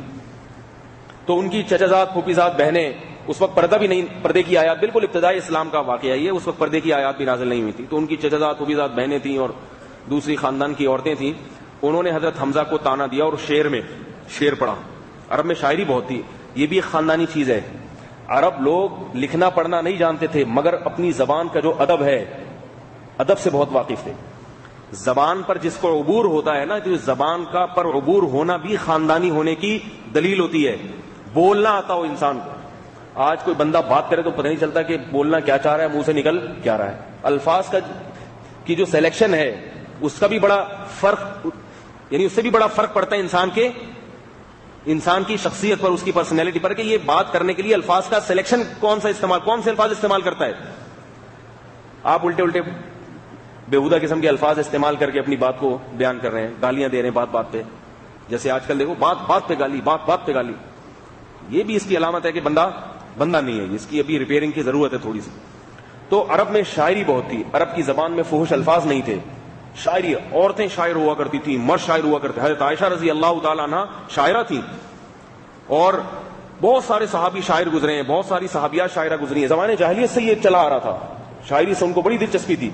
تو رسول اللہ صلی اللہ علیہ وسلم کے کیا بات کر رہا تھا میں، کہاں سے کہاں بات چلی جاتی ہے بھائی. حضرت حمزہ رضی اللہ تعالیٰ عنہ کو عورتوں نے کچھ شاعری اس لیے کہ تاکہ تھوڑا سا ان کو جوش آئے. بولا کہ ہم یہاں بھوکے بیٹھے ہوئے ہیں اور یہ اونٹ حمزہ تیرا اونٹ سامنے کھڑا ہوا ہے, یہ تیری سخاوت کو چیلنج کر رہا ہے, ٹھیک ہے نا. ہمیں اگر کوئی عورت تانا دے دے کہ تم 40,000 کا جو بکرا لے کر آئے ہو یہ آپ کی سخاوت کو چیلنج ہے, ہم کہیں گے کوئی چیلنج نہیں ہے. فوراً جواب آئے گا کوئی چیلنج نہیں, یہ میں تمہارے لیے نہیں لے کر آیا. حالانکہ یہ وہ محبوبہ ہوگی جس کو صبح شام آسمان سے تارے توڑنے کی باتیں اور یہ اس کے اب ایزی لوڈ میں بھی عاشقوں نے کنجوسی سے کام لینا شروع کر دیا ہے. عاشقوں نے ایزی لوڈ میں بھی جو ہے نا کنجوسی سے کام لینا شروع کر دیا ہے. تو وہ انہوں نے تانا دیا کہ اے حمزہ یہ اونٹ اتنا جوان اونٹ کھڑا ہوا ہے اور آپ ایسے, یہ تو سخاوت کو چیلنج ہے. حضرت حمزہ سخاوت کے جوش میں بھول گئے کہ یہ میرا اونٹ نہیں ہے اور اٹھ کے اس کے نہر کیا, ایک چھرا مارا اس کی گردن پہ, اونٹ گرا ہے, اس کی کھال الگ, چانپے الگ, چلو جی بسم اللہ کرو. یہ بولا کیوں کہ یہ سخاوت کو چیلنج ہے؟ یہ کیسے ہو سکتا ہے؟ اس وقت اونٹ کی حیثیت ایسے تھی جیسے آج 20-25 لاکھ کی کرولا لے کے کوئی گھوم رہا ہو. آپ آج کے اونٹ پہ اس کو خیال, عرب کا سب سے قیمتی مال اونٹ ہوا کرتا تھا. تو میں یہ نہیں کہہ رہا کہ آپ بھی اتنے سخی بن جائیں پھر آگے اگلے دن راشن کے پیسے نہیں ہیں. میں ایک مثال دے رہا ہوں کہ کیسے اللہ نے قریش کا انتخاب کیوں کیا, محمد صلی اللہ علیہ وسلم کو اس قوم میں پیدا کیوں کیا اللہ نے, یہ بتانے کے لیے ساری تمہید باندھ رہا ہوں. اور یہ صفات اللہ کو پسند ہے. تو اب کیا ہوا ہے کہ نتیجہ کیا نکلا؟ حضرت علی جب آئے ہیں فرماتے ہیں اللہ کی قسم میں اپنے آنسو روک نہیں سکا اپنے اونٹ کا یہ حشر دیکھ کے کہ اس کی پہلے سے ہی تشکیل ہو گئی ہے. رو پڑے حضرت علی جیسے بہادر اور جو ہے جوان, وہ رو پڑے یہ منظر دیکھ کر. تو یہ عرب کے اندر صفات تھی. ایک اور بڑی صفات تھی منافقت نہیں تھی, منافقت نہیں, 2 نمبری نہیں تھی. اور یہ جو یہود تھے نا, یہودی جب نبی صلی اللہ علیہ وسلم ہجرت کر کے مدینہ میں گئے ہیں تو وہ بالکل اس کے اپوزٹ تھے, کنجوس بھی تھے ایک نمبر کے. حالانکہ موسیٰ علیہ السلام کو ماننے والے تھے, پیغمبر کو ماننے والے. یہ کسی پیغمبر کو نہیں مانتے تھے قریش, وہ پیغمبروں کی تعلیمات کو مانتے, تورات کی تلاوت کیا کرتے تھے, مگر تھے کیا؟ کنجوس. قرآن نے ان کی کنجوسی کا بھی ذکر کیا. پڑھے لکھے تھے, ایجوکیٹڈ تھے, یہ جاہل تھے. وہ ایجوکیٹڈ ہو کے کنجوس, بزدل اور اپنی قوم کو دغا دینے والے. قرآن میں اس کا بھی ذکر ہے کہ جہاں مفاد نظر آتا ہے وہاں قوم کا ساتھ دیتے ہیں, جہاں مفاد نظر نہیں آ رہا وہاں اپنی قوم کو پش دکھا دیتے ہیں. اللہ نے فرمایا کہ یہ کیسی بات ہے کہ تم تورات کے کچھ حصے پر ایمان لاتے اور کچھ پر ایمان نہیں لاتے, کبھی اپنی قوم کا ساتھ دے رہے ہو, کبھی اپنی قوم کو دغا دے رہے ہو, جہاں مفاد نظر آتا ہے. پھر وہ جھوٹے بھی تھے, منافقین جتنے بھی تھے سارے یہودیوں میں تھے. قریشی میں جو کافر تھے وہ کافر تھے, منافق ان میں کوئی بھی نہیں تھا. کافر تھے تو کھلے عام کافر تھے. ابو طالب آخر وقت تک کافر رہے ہیں, مرتے وقت بھی بولے میں کافر ہو کے جا رہا ہوں دنیا سے, کافر ہو کے دنیا سے جا رہا ہوں. ٹھیک ہے غلط کیا, مگر دوغلی پالیسی نہیں تھی کہ ظاہر کچھ اور باطن کچھ. یہودی پڑھے لکھے, موسیٰ علیہ السلام کو ماننے والے, تورات کی تلاوت کرنے والے, اور یہ ساری برائیاں ان کے اندر, جو زنا شراب جیسی برائیاں بھی کم تھیں, ان میں زیادہ تھیں قریش میں, لیکن اس کے باوجود وہ خاندانی نہیں تھے, بزدلی بھی تھی, اور اتنا مال جوڑنے میں لگے رہتے تھے کہ یہودی اللہ کے بارے میں یہ کہنا شروع کر دیا اللہ بہت تھوڑا دیتا ہے ہم لوگوں کو, اللہ ہم کو بہت تھوڑا دیتا ہے, اللہ زیادہ نہیں کھلا رہا. تو اللہ نے کہا اللہ کے تو دونوں ہاتھ کھلے ہوئے ہیں, لٹا رہے اپنے بندوں پر, تمہارے ہاتھ بند ہو چکے ہیں, تمہارے بندے ہوئے ہاتھ ہیں, تم کنجوس ہو اس لیے تمہیں تھوڑا لگ رہا ہے. تو نہ سخاوت اور نہ یہ ساری چیزیں ان کے اندر نہیں تھیں, اور غداری, معاہدے کی خلاف ورزی. بنو قریظہ نے معاہدے کی خلاف ورزی کی نبی صلی اللہ علیہ وسلم سے, تبھی آپ صلی اللہ علیہ وسلم کو قتل کرنے کا حکم دیا. تو بہت ساری چیزیں تھیں, مگر قریش معاہدوں کی خلاف ورزی نہیں کیا کرتے تھے. زبان کے پکے زبان دے دی, ڈن ہو گیا, بس ختم, اب نہیں ہوگا. صلی اللہ حدیبیہ میں کیسا انہوں نے معاہدہ کو پورا کرنے, قریشیوں نے بھی معاہدہ پورا کیا, بھئی اگلے سال آپ آئیں گے عمرہ کریں گے, یہ ہماری طرف سے ایگریمنٹ ہے. نبی صلی اللہ علیہ وسلم اگلے سال عمرہ کر کے آئے ہیں, کسی نے کسی کو نہیں قتل کیا, کسی نے بھی نہیں. ٹھیک ہے ایگریمنٹ ہے, آپ آؤ عمرہ کر کے واپس چلے جاؤ. تو یہ ساری چیزیں تھیں. تو یہ میں اس لیے اتنی زیادہ ہائی لائٹ کر رہا ہوں کہ ہمیں بھی اپنے اندر یہ صفات پیدا کرنی چاہیے. یہ انسان, اس سے ہم کیا بن جائیں گے بھائی؟ خاندانی. پھر ہماری نسلوں میں بھی اچھے لوگ پیدا ہوں گے. اور یہ صرف خاندانی ہونا خاندان میں نہیں ہوتا. ایک چھوٹی سی مثال دے کے پھر میں یہ خاندانی میں, اور بھی بہت ساری چیزیں خاندانی ہوتی ہیں. دیکھو اب یہ قوم جب اس میں نبی آئے تو اس قوم میں برائی کیا تھی کہ اس کے پاس کوئی تعلیم نہیں تھی. تعلیم, جب تعلیم نہ ہو تو پھر تو یہی شراب کباب تھا ان لوگوں میں, زنا تھا, مردار کھایا کرتے تھے, یہ برائیاں تھیں ان لوگوں میں. تو اب جب ان کو تعلیم مل گئی, پتہ چل گیا یہ سچے نبی ہیں, تو اس قوم کی غیرت, بہادری کے رخ کو رسول اللہ صلی اللہ علیہ وسلم نے تبدیل کر دیا. وہی خالد ابن ولید جس نے مسلمانوں سے لڑ کے 70 صحابہ قتل کر دیے. صحابہ سے لڑنا بھی تو آسان نہیں ہوگا نا, لیکن خالد ابن ولید لڑے نا. حضرت حمزہ, حضرت علی, جعفر طیار, ایسے ایسے لوگ ہیں صحابہ کی صفوں میں. غزوہ احد میں خالد ابن ولید نے حملہ کیا. بھائی دشمنی ہے تو دشمنی ہے, کیونکہ حضرت خالد ابن ولید کہتے ہیں ہمارے باپ دادا کے دین کو چھوڑ دیا, ہم ان کو نہیں چھوڑیں گے. کیسی فائٹ ہے, جبکہ غزوہ بدر میں شکست کھا کے جا چکے تھے. انہوں نے کہا شکست کھائی, انتقام لیں گے, اور 70 بڑے بڑے صحابہ کو شہید کر دیا.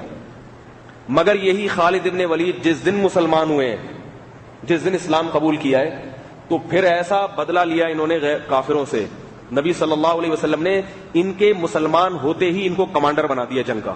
آپ کو پتا تھا کہ ان کی اب رخ کیا ہو گیا ہے, چینج ہو گیا. جو ان کے لیے اتنی بہادری سے لڑ سکتا ہے وہ ہمارے لیے بھی اتنی بہادری سے لڑے گا. اور ایسا لڑے. پہلی لڑائی جو خالد ابن ولید کی کمانڈ میں لڑی گئی ہے, اس میں 3 لاکھ لشکر سے مقابلہ تھا صحابہ کرام کا, اور یہ 60-70 ہزار تھے. اور حضرت خالد ابن ولید کہتے ہیں اس میں 3 بڑے بڑے صحابہ شہید ہو چکے تھے جن کو نبی صلی اللہ علیہ وسلم نے کمانڈر بنایا تھا. رومیوں سے لڑائی تھی, یہ جو انگریز ہیں, ان انگریزوں سے انہوں نے حملہ کیا, ان سے لڑائی. تو خالد ابن ولید فرماتے ہیں صبح سے لے کر رات تک تلواریں چلاتا رہا ہوں, اور 9 تلواریں میرے ہاتھ میں ٹوٹی ہیں. آپ سمجھ رہے ہو کہ پلاسٹک کی تلوار تھی یا کاغذ کی بچوں کا کھلونا تھا. لوہے کی موٹی تلوار لوگوں کی کھوپڑیوں پہ چلا چلا کے توڑ دینا, یہ بچوں کا کھیل ہے کیا؟ یہ غیر خاندانی آدمی کر سکتا ہے؟ آج کراٹے وراٹے سیکھنے جا کے میں نے ایک واقعہ سنایا تھا نا, ہمارے مدرسے میں کراٹے سکھائے جا رہے تھے. تو وہ بنگلہ دیش کے استاد تھے, بہت اچھے نیک آدمی تھے, بڑے زبردست کراٹے مین تھے. تو وہ یوں تو ایک افغانی کھڑا ہوا تھا, اس نے کہا یہ کیا لیڈیز کی طرح پھش پھش لگائی ہوئی ہے, وہ اسی طرح کہتا تھا کیا یہ پھش پھش لگائی ہوئی ہے. تو اس نے کہا میرے سے فائٹ کرو گے؟ انہوں نے کہا ہاں. تو وہ آئے, یوں کیا, تو پٹھان اتنا چوڑی اس کی افغانی کی ہڈی تھی, اس نے یوں پکڑا اور ایسے اٹھا کے پھینکا, اٹھا کے. اس نے کہا ہم یہ کراٹے وراٹے نہیں سیکھتے, ہم ایسے ہی لڑتے ہیں, دیسی اسٹائل ہے ہمارا. تو اب وہ بیچارہ وہ کیا کرے گا کراٹے کا, وہ اس کو مار رہا ہے لات اس کی ہڈی پہ, تو اپنے ہی لگ رہی ہے اس کو. جیسے آپ کھمبے کو جتنا زور زور سے کھینچ کے مارو تو کھمبے کا کچھ نہیں جائے گا.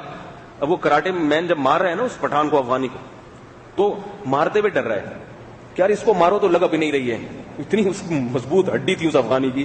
تو بعض لوگوں کو اللہ نے ایسی طاقت دی ہوتی ہے. تو لیکن یہ صرف طاقت کی بات بھی نہیں ہے, اس میں بہادری ہے, اپنی جان کھپا دینا کہ بھائی جب مسلمانوں نے مجھے کمانڈر بنایا ہے تو میں شکست برداشت نہیں کروں گا, لڑتا رہوں گا, لڑتا رہوں گا, لڑتا رہوں گا. کہتے کھوپڑیوں کی کھوپڑی ہم نے کاٹ کاٹ کے رکھ دی. پھر اس لشکر کا زور ٹوٹا ہے اور انہوں نے بھاگنے میں عافیت محسوس کی. پھر کیسا خالد بن ولید رضی اللہ تعالیٰ عنہ نے جنگوں میں, یہ جو عجمی تھے, جو غیر مسلم تھے, وہ جب پتا چلتا تھا نا کہ اس جنگ میں کمانڈر خالد بن ولید ہے, اسی سے وہ گھبرا جایا کرتے تھے, آفریں کیا کرتے تھے, پیشکش کیا کرتے تھے. ایک دفعہ رومیوں نے پیشکش کی, خالد بن ولید کو پیغام بھیجا کہ بھائی دیکھو آپ لوگ تو عرب تھے, نہ روٹی تھی نہ پانی تھا. پہلے اس رومیوں نے اپنا اجلاس کیا, بولے یہ عربوں کو ہو گیا ہے, یہ تو عجیب سی قوم تھی, مردار کھایا کرتے تھے اور ان پہ کوئی حکومت کرنا پسند نہیں کرتا تھا. اب یہ ایک امیر بھی بنا لیا انہوں نے, ورنہ ان کا تو کوئی امیر ہی نہیں ہوتا تھا, امیر ہی نہیں ہو, امیر کی مانتے ہی نہیں تھے یہ, تو ان کا تو کوئی امیر نہیں ہوتا تھا. تو سب نے مشورہ کیا کہ ایک چیز ہے یہ غربت, اس میں ان کے ملک میں نہ پانی ہے نہ کوئی زمین ان کی زرخیز ہے, ریگستان ہے. وہ تو عرب پیٹرول تو اب نکلا نا سعودی عرب میں, تو ان بیچاروں کے پاس کچھ بھی نہیں ہے, بھوکے ننگے لوگ ہیں. تو یہ غربت سے انسان مجبور ہو کے بالآخر یہی کچھ لوٹ مار شروع کرتا ہے. تو اب انہوں نے دنیا پہ قبضے کا سوچ لیا. جیسے ہم کہتے ہیں نا امریکہ میں پیٹرول اور یہ سب وسائل ختم ہو رہے ہیں, انہوں نے چلو پوری دنیا سے ان کا خون چوسو. تو اس وقت انہوں نے یہ کہا کہ یہ خون چوسنے نکلے ہوئے ہیں, یعنی ہمارے وسائل پہ قبضہ کرنے نکلے ہوئے ہیں. تو اس نے پیغام بھیجا, انہوں نے بولا بھائی تمہیں کیا چاہیے, اگر تمہیں روٹی چاہیے, راشن چاہیے, تو ہم آٹے کے اتنے کنٹینر, وہ بھی اس زمانے میں کنٹینر ہوتے ہوں گے, ہم اتنے کنٹینر آٹے کے بھجوا دیا کریں گے, اور ہم اتنے کنٹینر جو ہے وہ پانی کے بھجوا دیا کریں گے, نیسلے کا بہترین پانی ہوگا.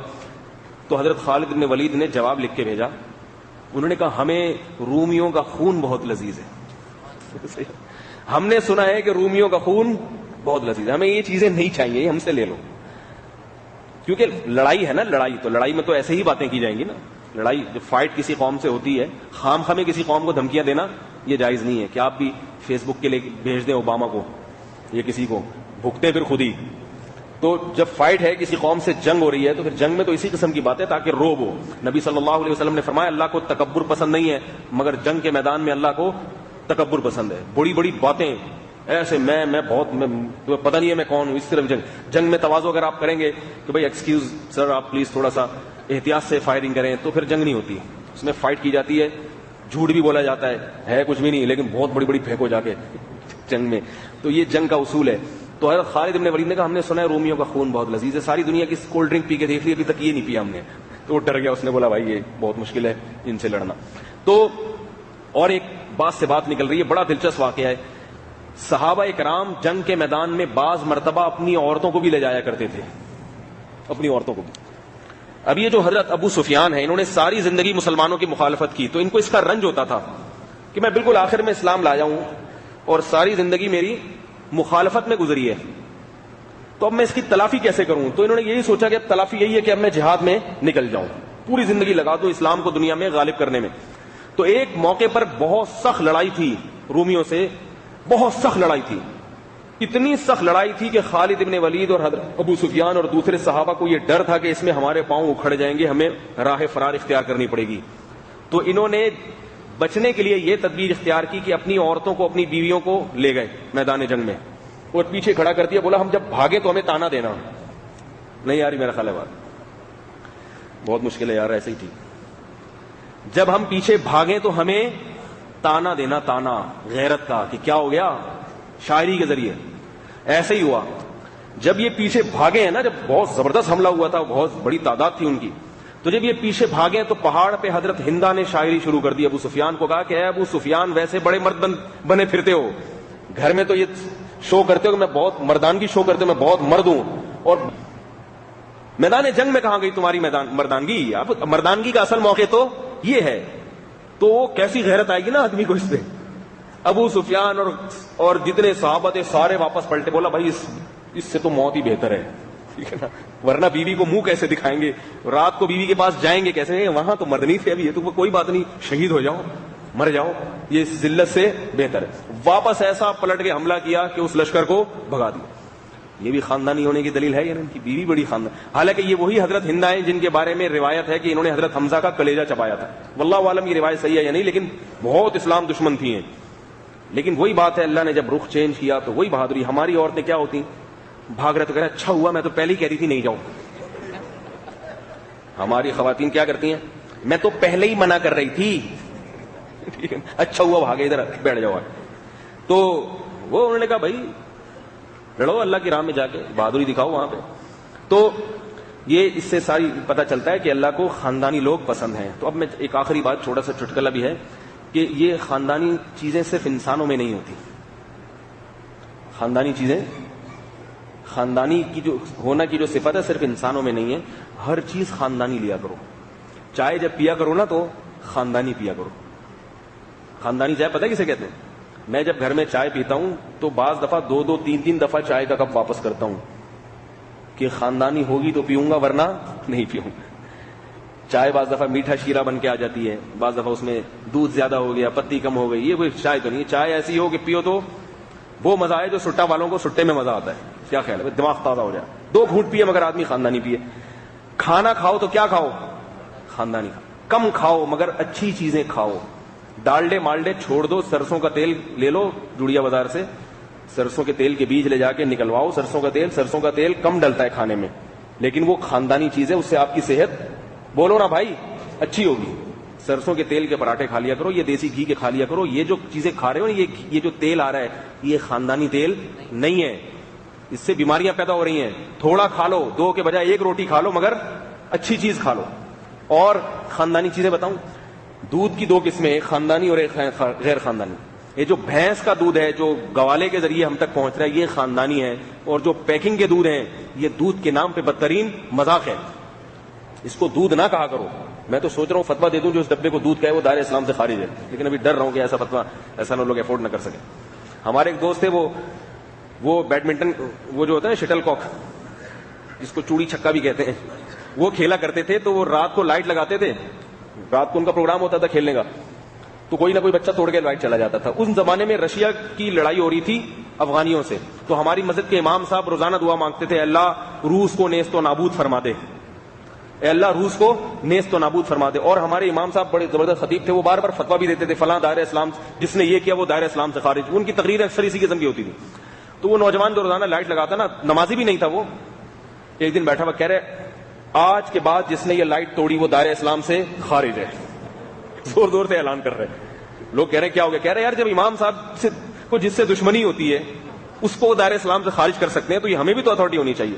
کہہ رہے میں لگا لگا کے تھک گیا روزانہ, بس میرا فتویٰ ہے کہ آج کے بعد کسی نے یہ لائٹ توڑی تو وہ دائرہ اسلام سے خارج ہے. تو یہ جو آپ دودھ پی رہے ہیں, بھینس کا دودھ پیا کریں تو یہ نا بچوں کو یہ پلایا کریں. سب سے بہتر تو بکری کا ہے, اونٹنی کا نہیں بھی ہے, وہ میں نے ایک واقعہ آپ کو سنا چکا ہوں اس پہ. تو یہ چیزیں بھی خاندانی کھایا کریں, تھوڑی کھائیں مگر بولو نا بھائی خاندانی کھایا کرو. اور کھانے کا طریقہ بھی خاندانی ہوتا ہے. ایک غیر خاندانی طریقہ ہے بننے والا منہ میں رکھا اور نگل لیا, یہ اس کی علامت ہے آپ کو ہوس ہے, کہیں ٹرین نکل رہی ہے, یا آپ چاہ رہے ہو کہ تھوڑے سے ٹائم پہ میں 2 پلیٹیں کھا جاؤں. ایک پلیٹ کھاؤ مگر تمیز سے کھاؤ, خوب اچھی طرح چبا کے کھاؤ اس کو, ٹھیک ہے, خوب چبا کے کھائیں. تو یہ کھانے کا خاندانی طریقہ ہے. اس سے پیٹ نہیں نکلتا, توند نہیں نکلتی, غذائیت بہت زبردست ملتی ہے, قبض نہیں ہوتا, بہت سارے فائدے اس کے اچھی طرح چبا کے کھانے کے. تو یہ کیا طریقہ ہے؟ یہ خاندانی طریقہ, اس میں کھایا جا رہا ہے, پھر اور پانی کی بوتلیں کے کولڈ ڈرنک پیا جا رہا ہے. اور کیا 2-3 چیزیں جلدی جلدی تاکہ یہ خاندانی کا ٹاپک مکمل ہو جائے. اور جانور جب رکھا کرو نا گھر میں, اگر پالتے ہو تو بھی خاندانی. فارمی مرغی پالنے کی چیز نہیں ہے, دیسی مرغی پالو جو چوزے بھی نکالتی ہے. انڈے بھی کھایا کرو تو خاندانی. یہ جو ولایتی انڈے ہیں, میں نے اسی قسم کا ایک بیان کیا, بھائی یہ فارمی مرغی کا گوشت چھوڑ دو, دیسی کھا لیا کرو. تو کسی نے کمنٹس کیے مولوی صاحب عجیب عجیب باتیں کر رہے ہیں, غریب آدمی کیا کھائے گا؟ تو بھائی وہ تو پھر آپ اپنی جیب دیکھو نا, میں تو بات تو وہی کی جائے گی نا جو صحیح ہو. غریب آدمی کو چاہیے تھوڑا کھا لے بھائی, دیسی مرغی تھوڑی آئے گی, فارمی مرغی زیادہ آئے گی, تو تھوڑی کھا لو مگر اچھا کھا لو. وہ تھوڑے میں آپ کو زیادہ غذائیت ملے گی اس اچھے کی نسبت. اس پہ میں ایک مستقل بیان کروں گا کہ اس وقت جو بازاری چیزوں سے بیماریاں پیدا ہو رہی ہیں, کس قدر خطرناک بیماریاں پیدا ہو رہی ہیں, لوگوں کو اس کا احساس نہیں ہے. کتنی خطرناک بیماریاں. یہ فارمی مرغی کینسر پیدا کرنے کا بہت بڑا ذریعہ ہے. دیکھو کینسر کی ڈیفینیشن کیا ہے, آپ کے سیلز جو ہے نا ان میں جو ٹوٹ پھوٹ ہوتی ہے وہ نیچرل نہیں ہوتی, کہیں سے پھوڑا نکلنا شروع ہو جاتا ہے, یعنی گروتھ بہت تیزی سے ہونا شروع ہو جاتی ہے. تو یہ جتنی چیزیں اس قسم کی جن کو فیڈ کرا کے بڑا کیا جا رہا ہے, ان کی نیچرل گروتھ نہیں ہے.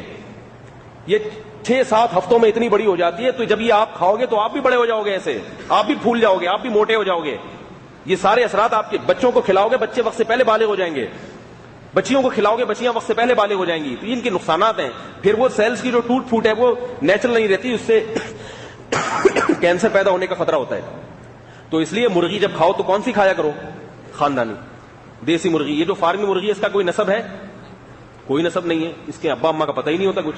دیسی مرغی سے جو بچے پیدا ہوتے ہیں ان بچوں کی نسل کو دیکھ کے اندازہ لگایا جاتا ہے, ان کے کلر کو دیکھ کے, بھائی اس کی فلانی نسل ہے, یہ مرغا فلاں نسل, یہ وہاں اوکاڑا نسل کا ہے, یہ جناب یہ سرگودا نسل کا ہے. یہ جو کجلے آتے ہیں فورن میں, سرگودا کا کجلا ہے, سرگودا نسل کا ہے. فارمی مرغی پوری دنیا میں ایک ہی جیسی ہوتی ہے. تو مرغی بھی خاندانی کھایا کرو, آئل بھی خاندانی, پانی بھی خاندانی. ڈبے کے اور پیکنگ کے جو پانی آ رہے ہیں یہ اچھے نہیں ہیں, ان کو بالکل زیرو کیا جاتا ہے. ان کے جو نیچرل منرلز ہیں وہ سارے ختم کر دیے جاتے ہیں, پھر آرٹیفیشل ان میں وٹامنس کو ڈالے جاتے ہیں. تو یہ پانی خاندانی نہیں رہتا. خاندانی پانی جو لائن کا پانی ہے اسی کو فلٹر کر کے پی لیا کرو. یہ پانی کون سا ہے؟ بولو نا بھائی, سبق یاد ہے نا آپ کے فائدے کی. مجھے اس پہ یہ جو میں زبیدہ آپا نہیں ہو جو مجھے ٹی وی کی طرف سے اس پہ کچھ ملے گا. زبیدہ آپا کو تو ایسے ٹوٹکوں پہ بہت پیسے ملتے ہیں, ہم تو فری میں بتا رہے ہیں آپ کو ایسے ٹوٹکے, زندگی بھر کے تجارب ہیں, معلومات ہیں جو آپ کو بتا رہے ہیں. تو یہ ساری سب چیزوں کا خیال کیا کرو. دودھ خاندانی ہو گیا, اور چائے نہیں پیا کرو, لیکن اگر پینی ہے تو خاندانی پی لی. پراٹھا خاندانی, اور تیل میں پکا ہوا نہیں, دیسی گھی میں ہو یا سرسوں کا یا زیتون کا تیل میں پکا ہوا ہو. اور گوشت خاندانی, گوشت گائے کا گوشت کھا لو, بکرے کا کھا لو. اور آخری بات مچھلی خاندانی. آج کل جو ٹھیلوں پہ مچھلیاں مل رہی ہیں یہ فارم کی مچھلیاں ہیں, یہ بھی چند دنوں میں اتنی بڑی ہو جاتی ہیں. تو مچھلی دریا کی کھائیں یا سمندر کی کھائیں. دریا کی مچھلی میں کراچی میں بہت دھوکہ ہوتا ہے, فارم کی مچھلی دریا کے کہہ کے بھیج دیتے ہیں. تو سمندر کی کھا لیا کرے کراچی میں, اس سے پوچھے سمندر کی ہے یا نہیں, وہ جھوٹ بولے گا. میں نے بہت زیادہ مجھے تجربہ ہوا ہے کہ جھوٹ بہت بولتے ہیں یہ لوگ. تو کچھ پہلے تحقیقات کر لیں, کچھ اندازہ لگا لیں. بعض مچھلیاں ایسی ہیں جو سمندر ہی کی ہوتی ہیں, ان کی فارمنگ نہیں ہوتی. تو مچھلی بھی کھانی ہے تو کون سی کھانی ہے؟ خاندانی مچھلی کھانی ہے. تو اس سے ہم روحانی اعتبار سے خاندانی نہ بنے, کم از کم جسم تو خاندانی ہو جائے گا نا. پھر اللہ صفات بھی خاندانی پیدا کر دے گا. کیا خیال ہے؟ اللہ تعالی ہم سب کو سمجھنے کی, عمل کرنے کی توفیق عطا فرمائے. سوال پوچھا کسی نے حضرت مریم کے بارے میں, انشاءاللہ اگلے ہفتے پھر مزید اس کو ہم لے کے چلیں گے. بہت اہم مضمون ہے حضرت مریم کی, جو اللہ نے اس آیت میں 2 صفات بیان کی ہیں. مسجد نبی میں 40 نمازیں پڑھنے کی فضیلت والی حدیث صحیح ہے یا من گھڑت ضعیف حدیث ہے؟ لیکن بہرحال پڑھنی چاہیے, حدیث میں نہ بھی ہو تو مسجد نبی میں تکبیر اولیٰ سے نماز کی پابندی کرنی چاہیے. کیا عورت کا کلر برقع پہننا جائز ہے اور کلر نقاب یا کلر اسکارف پہننا جائز ہے؟ عورت کے لیے لازم ہے اپنے جسم کو ڈھانکے اور ایسی چیز سے ڈھانکے کہ وہ چیز دیکھنے کا دل نہ کرے. اب ایسے ایسے بھڑکیلے برقعے آ رہے ہیں. میں نے واقعہ سنایا تھا نا, ایک دادی اماں کہیں جا رہی تھی, یہ سچا واقعہ ہے. تو ایک صاحب ان پہ لٹو ہو گئے. وہ برقعے میں تھی, آنکھیں بڑی خوبصورت تھیں. بھینس کو آپ نقاب اڑا دو, اس کی صرف آنکھیں کھول دو تو کیسا آدمی دھوکے میں آ جائے گا. رات کو کھڑا کر دو کہیں, سارے اس کو جو ہے نا سیٹنگ شروع کر دیں گے. تو اب وہ ایسا بھڑکیلا برقع پہنا ہوا تھا انہوں نے. وہ کہہ رہے میں پورے راستے ان خاتون کی خدمت, وہ بندہ خود واقعہ سنا رہا ہے, کہہ رہے میں پورے راستے ان خاتون کی خدمت کرتا رہا ہوں. وہ بھی حیران کہ بھائی اللہ نے ایسا پوتا دے دیا مجھے, ایسا نواسا دے دیا کہ میری خدمت کر رہے ہیں. کہہ رہے میں نے پھر باتوں میں اب ان سے تھوڑا فری ہونے لگا, تو میں نے ان سے ملتان پہ, جب کراچی سے لاہور جا رہے تھے, ملتان تک جب پہنچے تو میں نے ان سے پوچھا کہ آپ کہاں, اچھا ان کو کہہ بھی رہے تھے محترمہ, وہ خوش تھی کہ بھائی انٹی نہیں کہہ رہا مجھے, آپ کہاں جا رہی ہیں؟ انہوں نے کہا میرے نواسے کی شادی ہے لاہور میں, وہاں جا رہی ہیں. کہہ رہے پھر مجھے پتا چلا کہ یہ نانی ہے, کسی کی دادی ہیں. تو برقعے نے, یہ برقع خود فتنے کا ذریعہ بن رہا ہے. تو ایسے بھڑکیلے برقعے پہننا جائز نہیں ہے. مفتی صاحب اللہ پاک نے جو عورتوں کو کہا ہے کہ ان کی عقلیں ٹخنوں میں ہیں, یہ کون سی صورت میں ہے؟ ایسا کہیں نہیں کہا کہ اللہ نے عورتوں کو کہ ان کی عقل ٹخنوں میں ہے, ایسا کہ نہیں, پتہ نہیں کس نے کہہ دیا. آج کل ہماری شادیاں اور دیگر تقریبات جس میں سنت کے خلاف کام ہوتے ہیں, تو ان میں کس حد تک جانا ٹھیک ہے؟ کیونکہ لوگ ناراض بھی ہوتے ہیں. ناراض ہونے دیں ان کو, ناجائز مجلس میں شرکت جائز نہیں ہے. حدیث میں آتا ہے کہ اللہ کو ناراض کر کے مخلوق کو خوش کرنا جائز نہیں ہے. یہ کیا ہے بھائی؟ آخری سوال. کافی عرصے سے جاب لیس ہوں, کوئی وظیفہ بتا دیں. اور پاک قطر تکافل میں جاب, پاک قطر تکافل میں تو اپنے میں جو مسئلہ ہے وہ کئی دفعہ بتا چکا ہوں کہ ہماری رائے کے مطابق جائز نہیں ہے. دارالعلوم کرنگی کے علماء جائز کہتے ہیں. جس کو جس کی رائے پر اعتماد ہو اس پر عمل کرے. باقی جاب لیس ہیں, دل سے دعا کرتے ہیں اللہ تعالیٰ آپ کو کوئی مناسب حلال روزگار, کشادہ رزق حلال نصیب فرمائے. تو وظیفے میں نہیں بتایا کرتا, آپ کو پتہ ہے. اللہ سے رات کو اٹھ کے دعا مانگے. حدیث میں آتا ہے رات کا آخری حصہ ہوتا ہے تو اللہ تعالیٰ آسمان دنیا پر آ جاتے ہیں اور کہتے ہیں کوئی ہے مجھ سے روزی مانگنے والا, میں اس کو روزی دوں. کوئی ہے مجھ سے گناہوں سے توبہ کرنے والا, میں اس کے گناہوں کو معاف کروں. تو اس وقت اللہ سے روزی بھی مانگنی چاہیے, گناہوں سے معافی بھی مانگنی چاہیے. یہی سب سے بہتر وظیفہ ہے. سبحانک اللہم و بحمدک, نشہد ان لا الہ الا انت, نستغفرک و نتوب الیک.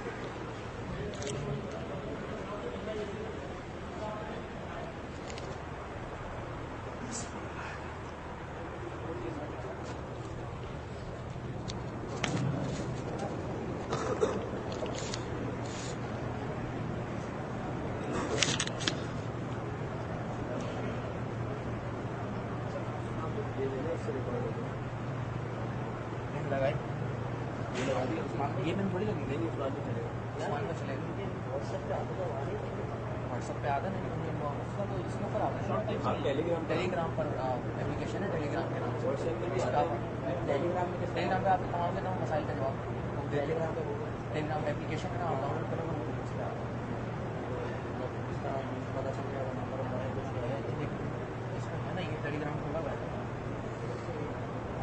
آپ ابھی واٹس ایپ پر واٹس ایپ پر نہیں آ رہے, واٹس ایپ پہ آنا تو آ رہے.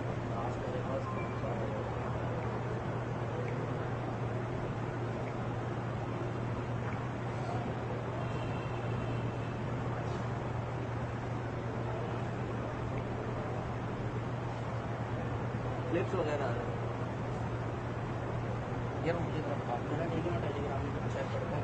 آپ نمبر اپنا وہ کر دیں, میں آپ کو ٹیلی گرام کو آپ بھی کرتے رہیے. آپ کا نہیں سوال نہیں, نمبر سامنے لگا 02257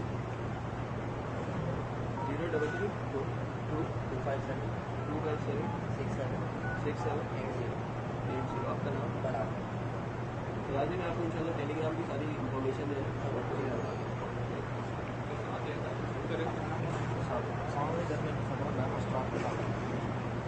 یار. یہ آپ کو